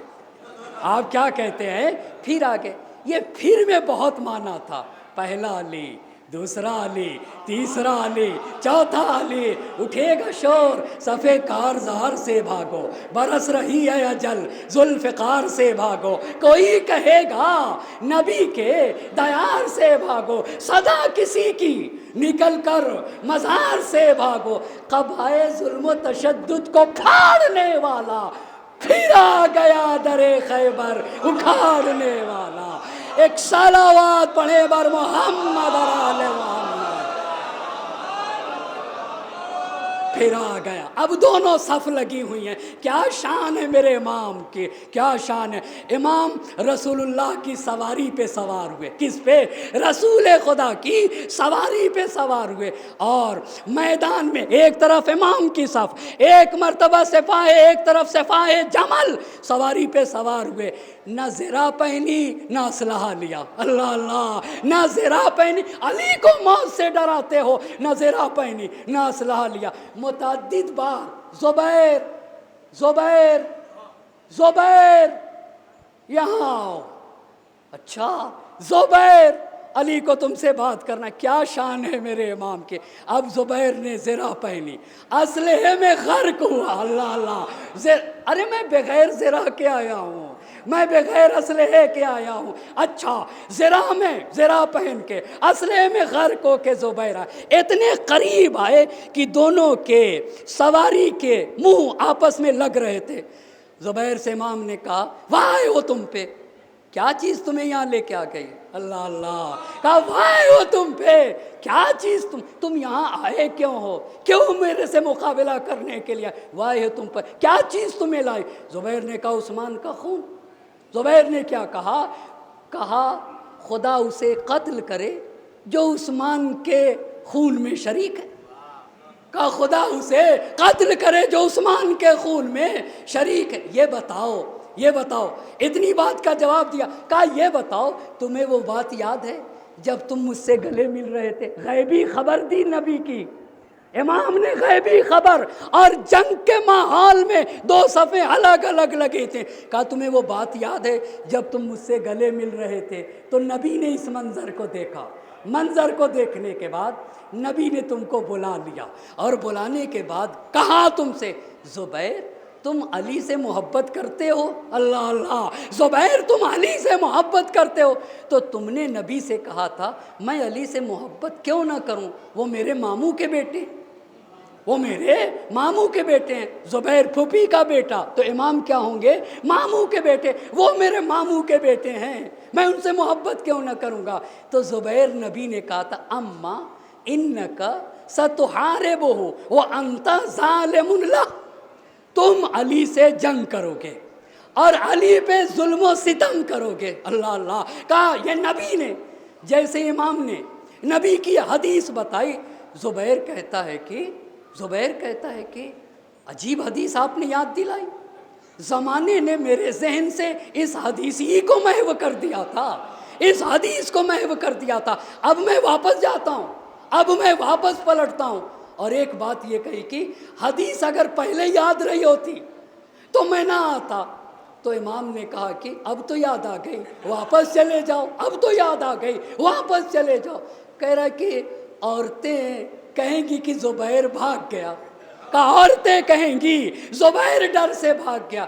تو امام نے کہا کہ اگر ابھی بھی چلے جاؤ گے تو صرف ذلیل ہوگے۔ اللہ اللہ، کیا صرف اور صرف کیا ہوگے؟ ذلیل ہوگے۔ ارجع بالعار قبل ان تجمع العار والنار۔ اللہ اللہ، قبل ان تجمع العار والنار، قبل اس کے کہ آر اور نار دونوں تمہارا مقدر بنے، ذلت کو لے کے واپس چلے جاؤ۔ کہا اچھا پلٹتا ہوں۔ اب جب امام سے باتیں کر کے پلٹا تو عبداللہ ابن زبیر نے دیکھا کہ بابا کا چہرہ بگڑا ہوا ہے، بابا کا چہرہ بگڑا ہوا ہے۔ اپنے باپ سے پوچھتا ہے کہ جا رہے تھے تو بڑے خوشحال تھے، واپس آئے تو چہرے کا رنگ متغیر ہے۔ کہا علی نے ایک حدیث یاد دلا دی، اس حدیث کے بعد میں علی سے جنگ نہیں کروں گا، اس حدیث کے بعد علی سے جنگ نہیں کروں گا، میں تمہارا ساتھ نہیں دوں گا۔ تو اب عبداللہ ابن زبیر اب کیا کرے؟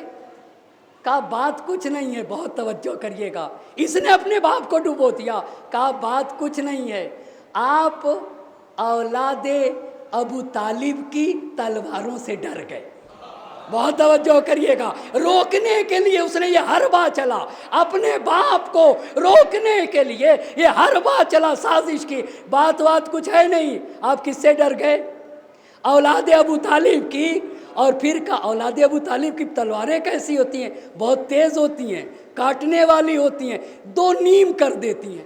کیا کر دیتی ہیں؟ دو حصوں میں، اور وہ بھی طاقتور جوانوں کے ہاتھ میں ہوتی ہیں۔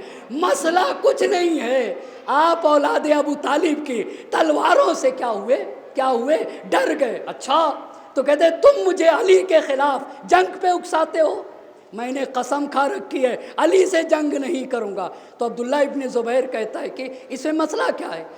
قسم توڑ دیجئے، کفارہ دیجئے، کفارہ دینے کے بعد علی سے لڑ لیے۔ قسم کھائی تو کیا مسئلہ؟ قسم توڑو، توڑنے کے بعد کفارہ دو، کفارہ دے کے علی سے لڑو۔ اب یہ جذبات میں آ گیا عبداللہ ابن زبیر کے بھڑکانے پر، زبیر بالکل جذباتی ہو گیا، اور نفسیاتی عالم میں اس نے کہتا ہے کہ میں نے اپنے غلام مکحول کو آزاد کر دیا۔ غلام کا نام کیا تھا؟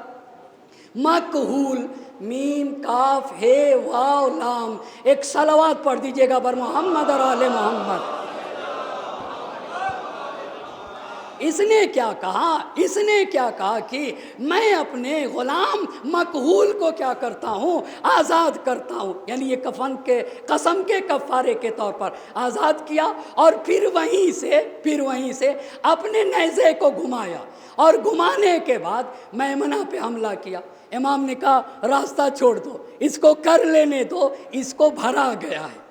کہا راستہ چھوڑو، حملہ کر لینے دو، اس کو بھرا گیا۔ اچھا، ایک مرتبہ چلا دیا نیزہ، دوبارہ میسرہ پہ نیزہ چلا، پھر تیسری مرتبہ قلب لشکر پہ، اور تینوں مرتبہ امام کہتے رہے کہ اس کو بھرا گیا ہے، اس کو اگزایا گیا ہے، راستہ خالی کرو۔ اچھا، جب 3 مرتبہ حملہ کر چکا تو اپنے بیٹے سے پوچھتا ہے اب بتاؤ مجھے کوئی بزدل کہے گا؟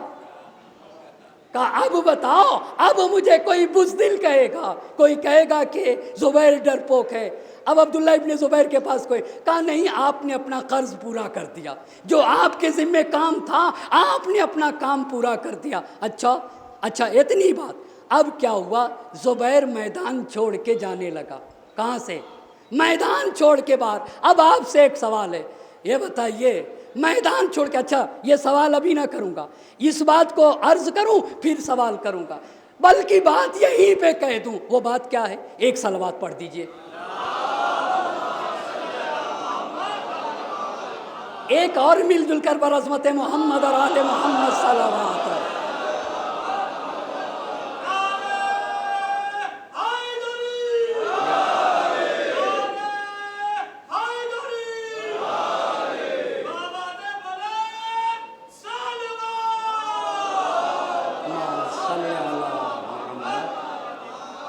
آج محرم کی کتنی تاریخ ہے؟ محرم کی 6 تاریخ، ٹھیک ہے، 7، 8، 9 3 دن ابھی اپنے لوگوں کے پاس ہیں۔ میں دیکھ رہا تھا اللہ کے فضل سے بڑی برکتیں ہوئیں۔ انشاءاللہ آنے والے 3 دنوں میں جنگ جمل اپنے مکمل تفصیل کے ساتھ انشاءاللہ ہم لوگ مکمل کریں گے، اور آئندہ برس صفین سیکھیں گے انشاءاللہ۔ صفین، نہروان، صلح امام حسن علیہ السلام، اس کے بعد مسئلہ آئے گا کربلا کا، اور پھر وہاں سے حسین کا یادگار انقلاب انشاءاللہ سمجھ میں آ جائے گی، وہاں سے باتیں، ٹھیک ہے۔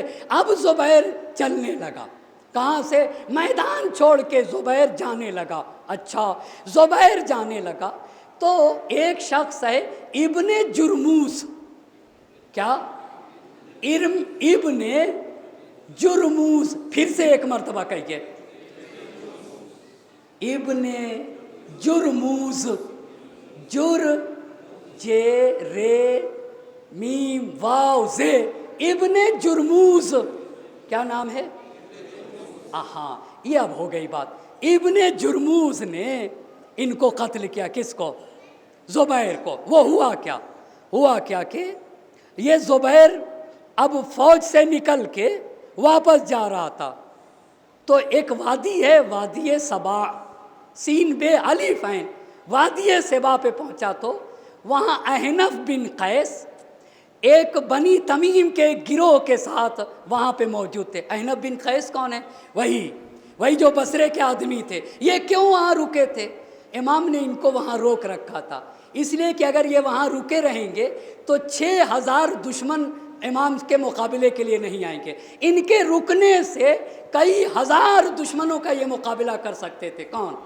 احنف بن قیس۔ امام نے کہا تھا آپ وہاں رکے رہیے تاکہ وہ 6000 کے دشمن ہماری طرف نہ آنے پائیں۔ تو احنف بن قیس کس کے ساتھ تھے؟ بنی تمیم کے کچھ لوگوں کے ساتھ۔ وہاں سے یہ زبیر گزر رہا تھا تو یہ بنی تمیم کا آدمی ہے، کون؟ ابن جرموز۔ ابن جرموز نے احنف بن قیس سے کہا کہ زبیر جا رہا ہے، تو احنف بن قیس نے کہا مجھ سے زبیر سے کیا لینا دینا، مجھ سے زبیر سے کیا لینا دینا۔ زبیر وہ شخص ہے جس نے 2 بڑے گروہ کو آمنے سامنے لا کے کھڑا کر دیا، اور تلواریں ایک دوسرے کے خلاف کھینچے ہوئے ہیں۔ 2 گروہ کو آمنے سامنے کھڑا کر کے اب صحیح و سالم اپنے گھر کی طرف جا رہا ہے۔ میری نگاہ میں جیسے بھی ممکن ہو اسے قتل کر دینا چاہیے، اس لیے کہ 2 بڑے گروہ کو لڑا کے صحیح و سالم یہ کہاں جا رہا ہے؟ اپنی منزل کی طرف جا رہا ہے۔ اتنا کہنا تھا، ابن جرموز اٹھا اور چلتا گیا تیزی سے، جاتے جاتے زبیر کے پاس پہنچ گیا۔ اب زبیر کے ساتھ چلنے لگا۔ زبیر نے کہا تم کیوں یہاں آئے؟ اس لیے کہ مطمئن نہیں تھا، اسے شک تھا، تم کیوں یہاں آئے؟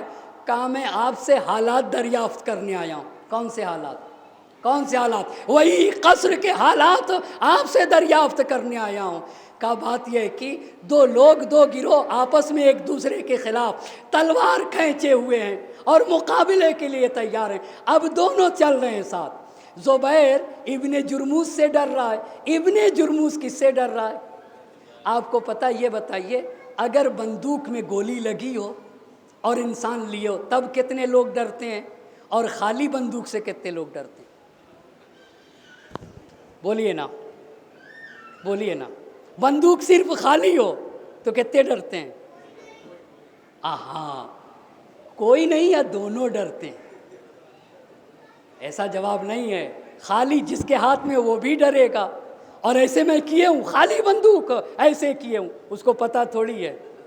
آپ بتائیے ڈرے گا کہ نہیں ڈرے گا؟ اور میں جی پس خالی بندوق سے 2 لوگ ڈرتے ہیں، بھری ہوئی بندوق سے ایک ڈرتا ہے۔ صلوات پڑھیں بر محمد اور آل محمد۔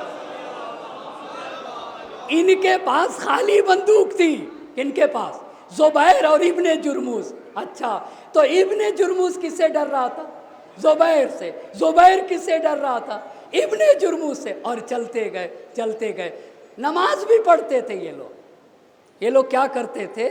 نماز بھی پڑھتے تھے۔ اچھا، نماز کا وقت آیا تو زبیر کہتا ہے کہ زبیر کہتا ہے مجھے امان دو گے؟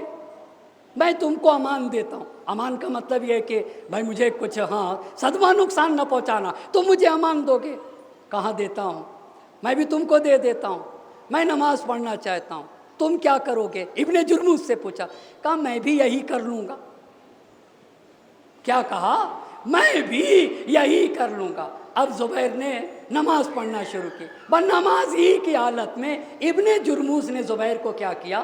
قتل کر دیا. صحیح ہوگی بات یہاں تک؟ قتل کر دیا. اب وہ سوال دہرانا چاہوں گا، کیا زبیر نے توبہ کر لی؟ جی کیوں؟ اگر توبہ کیے ہوتے تو امام برحق کی صف میں آنا تھا.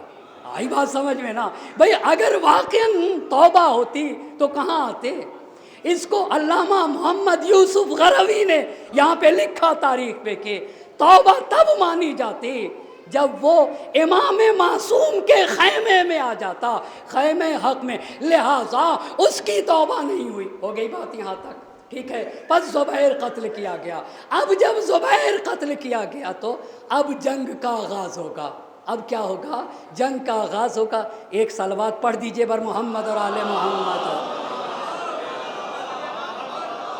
اچھا ایک اور صلوات پڑھ دیجئے. اب یہیں پہ آج گفتگو روک دیں گے.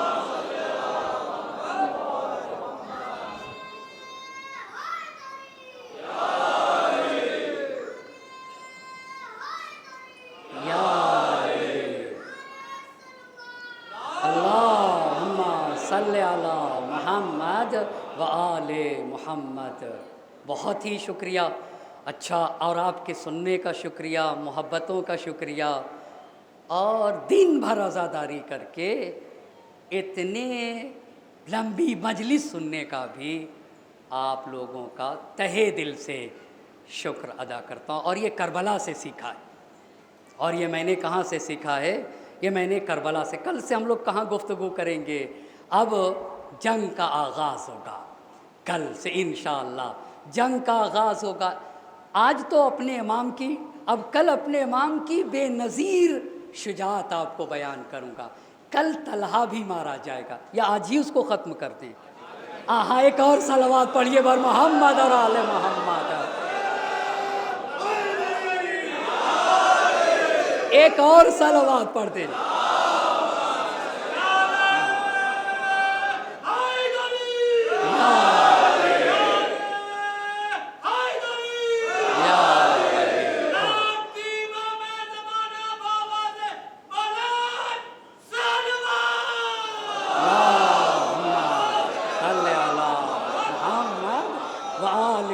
جنگ کا آغاز. مگر جنگ شروع کرنے سے پہلے امام نے اپنے سپاہیوں کو جنگ کے اصول بتائے. امام نے کہا اے میرے سپاہیوں، آنکھیں بند کر لینا. تو جنگ کیسے کریں گے؟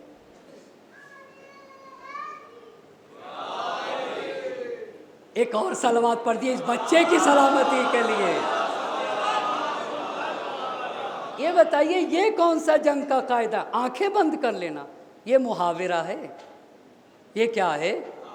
یعنی اب جب جنگ ہوگی تو کسی کو نہیں دیکھنا. آئی بات سمجھ میں نا؟ جنگ جو ہوگی اب ہمارے مقابل میں جو بھی آ جائے گا اسے کاٹتے چلے جانا ہے. اللہ اللہ. کربلا سر سے کفن باندھ کے جب آتی ہے، وسعت ارض و سماوات پہ چھا جاتی ہے، تند انفاس سے فولاد کو برماتی ہے، تبر و تیغ کو خاطر میں نہیں لاتی ہے، چڑھ کے نیزے پہ دو عالم کو ہلا دیتی ہے. کربلا موت کو دیوانہ بنا دیتی ہے. کربلا موت کو دیوانہ بنا دیتی ہے. کربلا بھی حکومت کو نگل سکتی ہے. کربلا تخت کو تلووں سے مسل سکتی ہے. کربلا خار تو کیا آگ پہ چل سکتی ہے. کربلا وقت کے دھارے کو بدل سکتی ہے. کربلا قلعہ فولاد ہے جراروں کا. کربلا نام ہے چلتی ہوئی تلواروں کا. کیا جوش ملی عالیہ بادی صاحب نے کیا سید الشہداء کو سراہا ہے، سورما فتنہ باطل کو مٹا دیتے ہیں، خون دہکے ہوئے ذروں کو پلا دیتے ہیں، اپنی گودوں کے چراغوں کو بجھا دیتے ہیں، اپنے چاندوں کو اندھیروں میں سلا دیتے ہیں، مثل شبیر جو پیغام عمل دیتے ہیں، ایسے ہی لوگ زمانے کو بدل دیتے ہیں۔ مثل شبیر جو پیغام عمل دیتے ہیں، ایسے ہی لوگ زمانے کو بدل دیتے ہیں۔ اے میرے سپاہیوں، آنکھیں بند کر لینا، آنکھیں بند کر لینا، زیادہ سے زیادہ خدا کو یاد کرنا، اللہ اللہ، جنگ رضائے پروردگار کے لیے، اپنے دانتوں پہ جمع لینا۔ آپ کو پتہ ہے نا، جب تلوار لگے گی ایسے میں تو اچھٹ جائے گی، اپنے دانتوں کو دانتوں پہ جمع لینا، اور دیکھو زیادہ باتیں نہ کرنا، زیادہ باتیں نہ کرنا، سب سے آخری فرد پہ نظر رکھنا۔ پھر اپنے بیٹے محمد حنفیہ کو پرچم دیا تھا نا، اے میرے بیٹے محمد حنفیہ، دیکھو تزول الجبال، پہاڑ اپنی جگہ چھوڑ دیں مگر تمہارے قدم نہ اکھڑنے پائیں، اللہ اللہ، پہاڑ اپنے قدم اپنی جگہ چھوڑ دیں، تمہارے قدم نہ اکھڑنے پائیں۔ بیٹا، دانت پہ رکھ لینا، ذکر خدا کرتے رہنا، پرچم ان کے ہاتھ میں۔ اتنا جب سب کچھ ہوا تو پھر اب ابن عساکر نے اپنی تاریخ میں لکھا کہ امام علی پھر ایک مرتبہ میدان میں گئے اور جانے کے بعد طلحہ کو بلایا، اسی کو تو ختم کرنے کی بات کر رہے تھے نا، طلحہ کو بلایا، طلحہ طلحہ طلحہ، علی تمہیں بلا رہے ہیں۔ اچھا، طلحہ آیا، کہا یہ بتاؤ، جانے قربان ہو جائیں علی مرتضیٰ پہ، کیا میرے امام کے، یہ بتاؤ کیا تم نے نبی کی زبان مبارک سے یہ نہیں سنا، من کنت مولا فعلی مولا، اللہم وال من والا وعاد من عادا، منصر من نصرا وخذل من خذلا۔ اے طلحہ بتاؤ، کیا نبی گرامی کی زبان اقدس سے تم نے یہ نہیں سنا، اے لوگو جس کا میں مولا ہوں اس کے علی مولا، اللہم وال من والا، اے اللہ تو اس سے محبت کر جو علی سے محبت کرے، اور اے اللہ تو اس سے عداوت کر جو علی سے دشمنی کرے، اے اللہ تو اسے تنہا چھوڑ دے جو علی کا ساتھ نہ دے۔ کیا تم نے نبی کی حدیث نہیں سنی؟ طلحہ نے کہا ہاں میں نے سنا ہے۔ کہا پھر کیا بتاؤ، بہت توجہ کرے گا، تمہیں شرم نہیں آتی؟ اللہ اللہ، اے طلحہ تمہیں شرم نہیں آتی؟ نبی کی ناموس کو میدان میں لے کے آ گیا، اپنی بیوی گھر میں رکھ کے آ گئے۔ ہم آپ غور تو کریں، شرم نہیں آتی ہے؟ کیا شان ہے، ہم زوجہ نبی کا نبی کی نسبت سے احترام، کیونکہ نبی ہے، اللہ اللہ، نبی کی وجہ سے تمہیں اتنی غیرت نہیں، ناموس نبی کو سب کے سامنے لے کے چلے آئے، اپنی بیوی کو گھر میں رکھا، اور بتا کیا تو نے میرے ہاتھوں پہ بیعت نہ کی تھی؟ اچھا، تو کہنے لگا مجبوراً بیعت کی تھی۔ اچھا، مجبوراً بیعت کی تھی، اچھا مجبوراً۔ مروان کس کے ساتھ آیا تھا؟ مروان کس کے ساتھ آیا تھا؟ سپاہ جمل میں نا، تو کیا سپاہ جمل کا دوست تھا مروان؟ نہیں۔ کیا امام کا طرفدار تھا؟ نہیں۔ مقام ذات عرق پہ سعید بن عاص سے مروان نے یہی تو کہا تھا، میں جا اس لیے رہا ہوں تاکہ عثمان کے جتنے قاتل ہیں سارے قاتلوں کو ایک جگہ قتل کرنے جا رہا ہوں، یہی تو کہا تھا۔ ایک رائٹر یعقوبی ہیں، یعقوبی نے اپنی کتاب تاریخ یعقوبی میں یہ لکھا ہے کہ جب وہ باز نہ آیا، امام نے اس پر بھی حجت تمام کی، تو ایک مرتبہ، بہت توجہ کریے گا، ایک مرتبہ مروان تیر اور کمان اٹھاتا ہے، اور اٹھانے کے بعد کہتا ہے کہ میرے لیے فرق نہیں کرتا کہ میں علی کو مار دوں یا طلحہ کو مار دوں، آیا ہی تھا اسی لیے بس ایک مرتبہ تیر چلایا، اور جب تیر چلایا تو طلحہ کے یہاں ران پہ آ کے لگا، اور اس میں کوئی رگ ہوتی ہے، اس کا نام ہے اکحل۔ وہ رگ کٹی، خون بہتا گیا، مسلسل بہتا گیا، اور اس نے منت اور سماجت کر کے کہا کہ مجھے ایک طرف کنارے کر دیا جاؤ، اور خون بہتا گیا۔ اسی حالت میں طلحہ بھی واصل جہنم ہو گیا۔ صحیح ہو گئی بات؟ اب آپ صلوات پڑھ دیجئے بر محمد اور آل محمد۔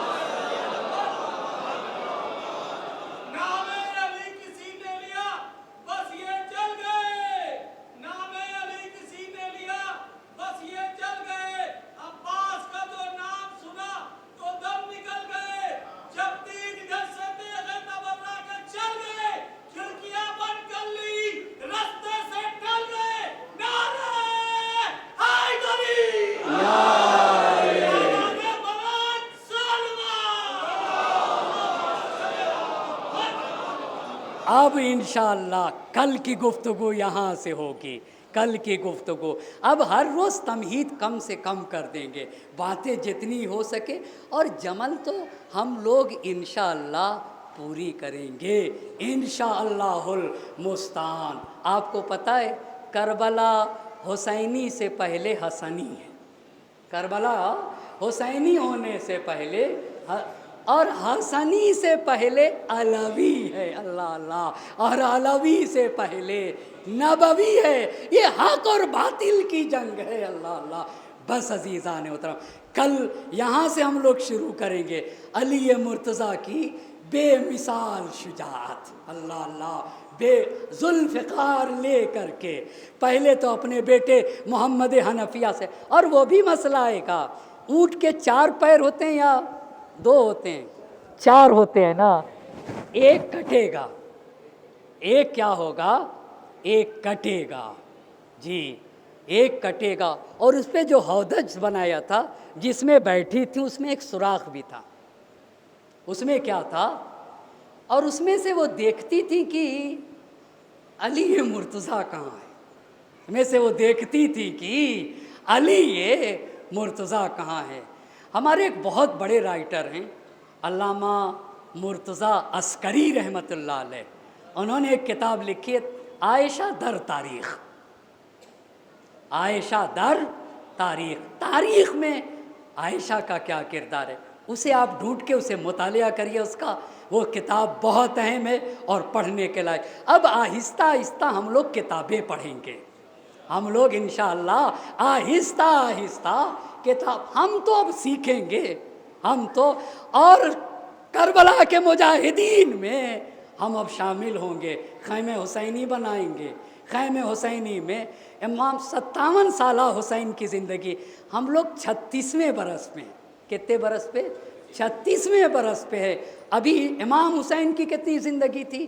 57 برس۔ ہمیں 57 برس کے حسین کو جاننا ہے انشاءاللہ، اور اس کے بعد 4 معصومین علیہ السلام کو بھی ہمیں جاننا ہے انشاءاللہ المستعان۔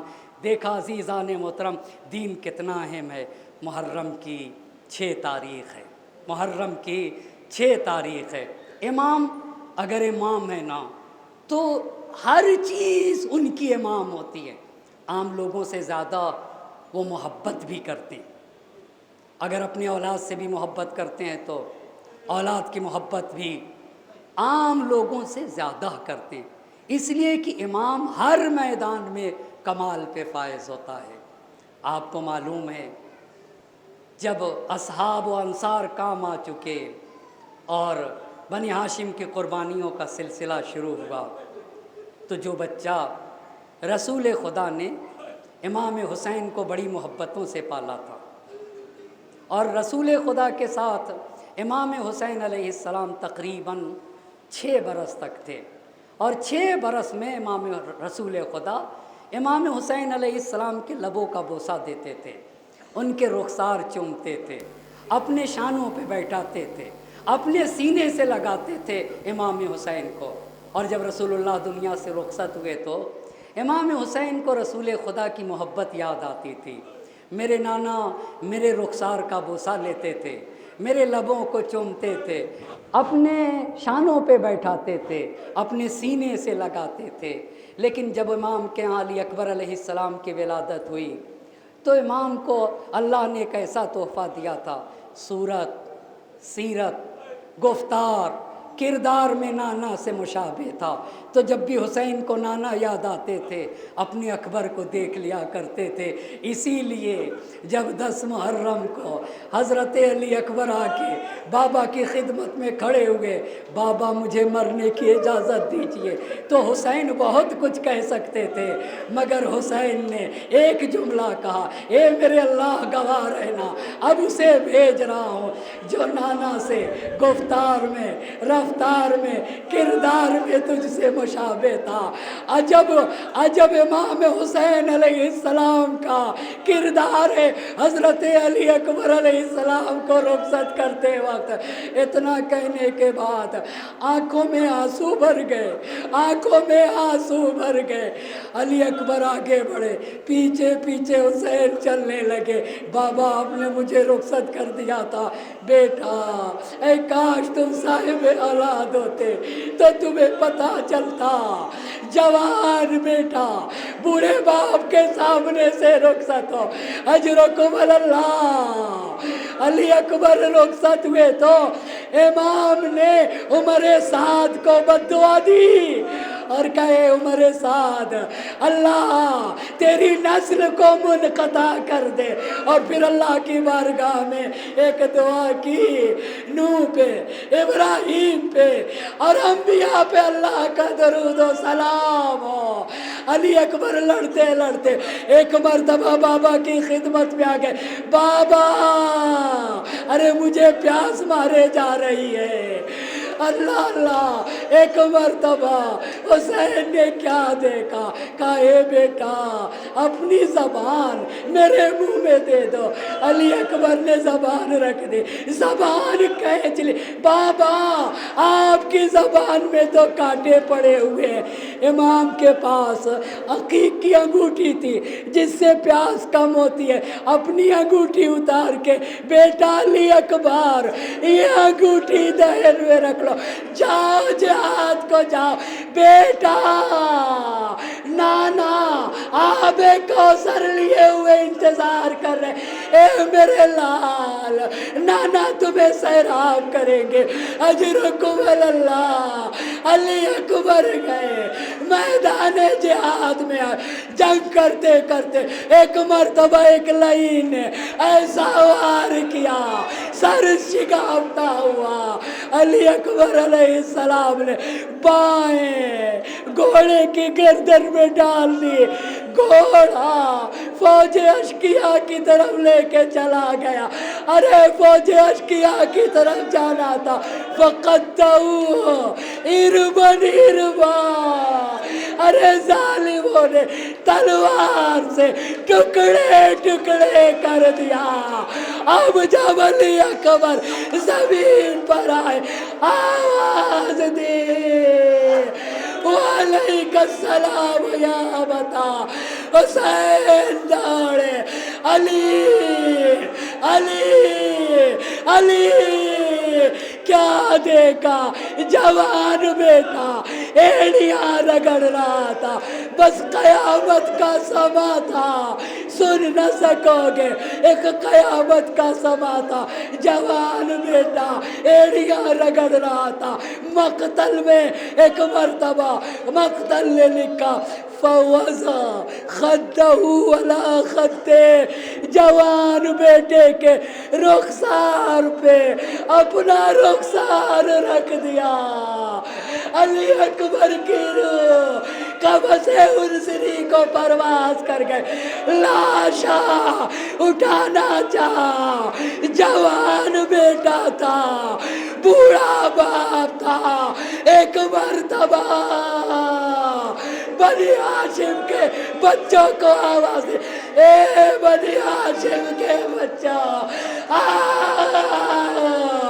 اے ملو اخاکم، ارے اپنے بھیا کا لاشا اٹھاؤ، لاشا اٹھا کے خیمے میں لے آئے۔ ایک مرتبہ حسین نے مرثیہ پڑھ دیا، وَعَلَى الدُّنْيَا بَعْدَكَ الْوَفَا، بیٹا تمہارے بعد زندگانی دنیا پہ خاک، اے بیٹا تم تو چلے گئے، تمہارا بابا بقیہ وحیدہ، اے بیٹا تم چلے گئے مگر تمہارا باپ تنہا ہو گیا، فضا میں کوہرام تھا، واہ اکبرا واہ مظلومہ واہ مصیبتا۔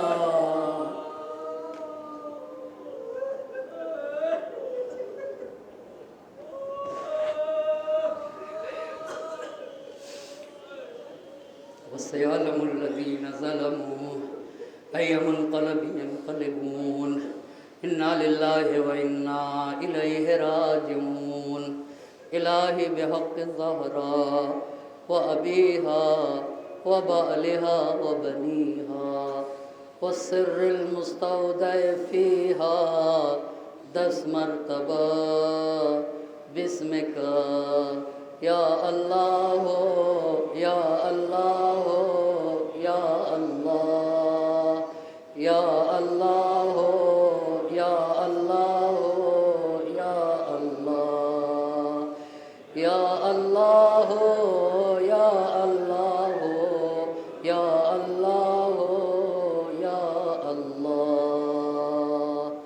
معبود تجھے اسماء حسنہ کا واسطہ ہماری اس مختصر سی عبادت کو اپنی بارگاہ میں قبول فرما۔ پاک پروردگارہ تجھے شہزادی کونین کی حرمت کا واسطہ ہماری اس عزا کو شرف قبولیت عطا فرما، ہماری ناسوؤں کو رمال زہرا میں جگہ عنایت فرما، حاضرین مجلس کی تمام حاجات شرعیہ کو پورا فرما دے۔ پاک پروردگارہ 10 محرم کے کچھ ہی دن بچے، معبود ہمیں عزائے سید الشہداء کی بہتر سے بہتر طریقے سے منانے کی توفیق مرحمت فرما۔ معبود ہمارا نام امام حسین کے عزاداروں میں محفوظ فرما۔ پاک پروردگارہ ہمارے ماں باپ جو دنیا سے رخصت ہو گئے، وہ عزادار جو سال گزشتہ تھے اس سال نہیں رہ گئے، معبود حسین کے صدقے میں پاک پروردگارہ ان کے تمام چھوٹے بڑے گناہوں کی مغفرت فرما۔ ہم میں سے جن کے والدین کا سایہ ہمارے سروں پہ باقی ہے، صحت و سلامتی کے ساتھ طول عمر مرحمت فرما۔ پاک پروردگارہ وقت کے امام کو ہم سے راضی و خوشنود فرما، ان کے ظہور میں تعجیل فرما، ہمیں ان کے آبان و انصار میں شمار فرما۔ ربنا تقبل منا انک انت السمیع العلیم۔ ماتم حسین۔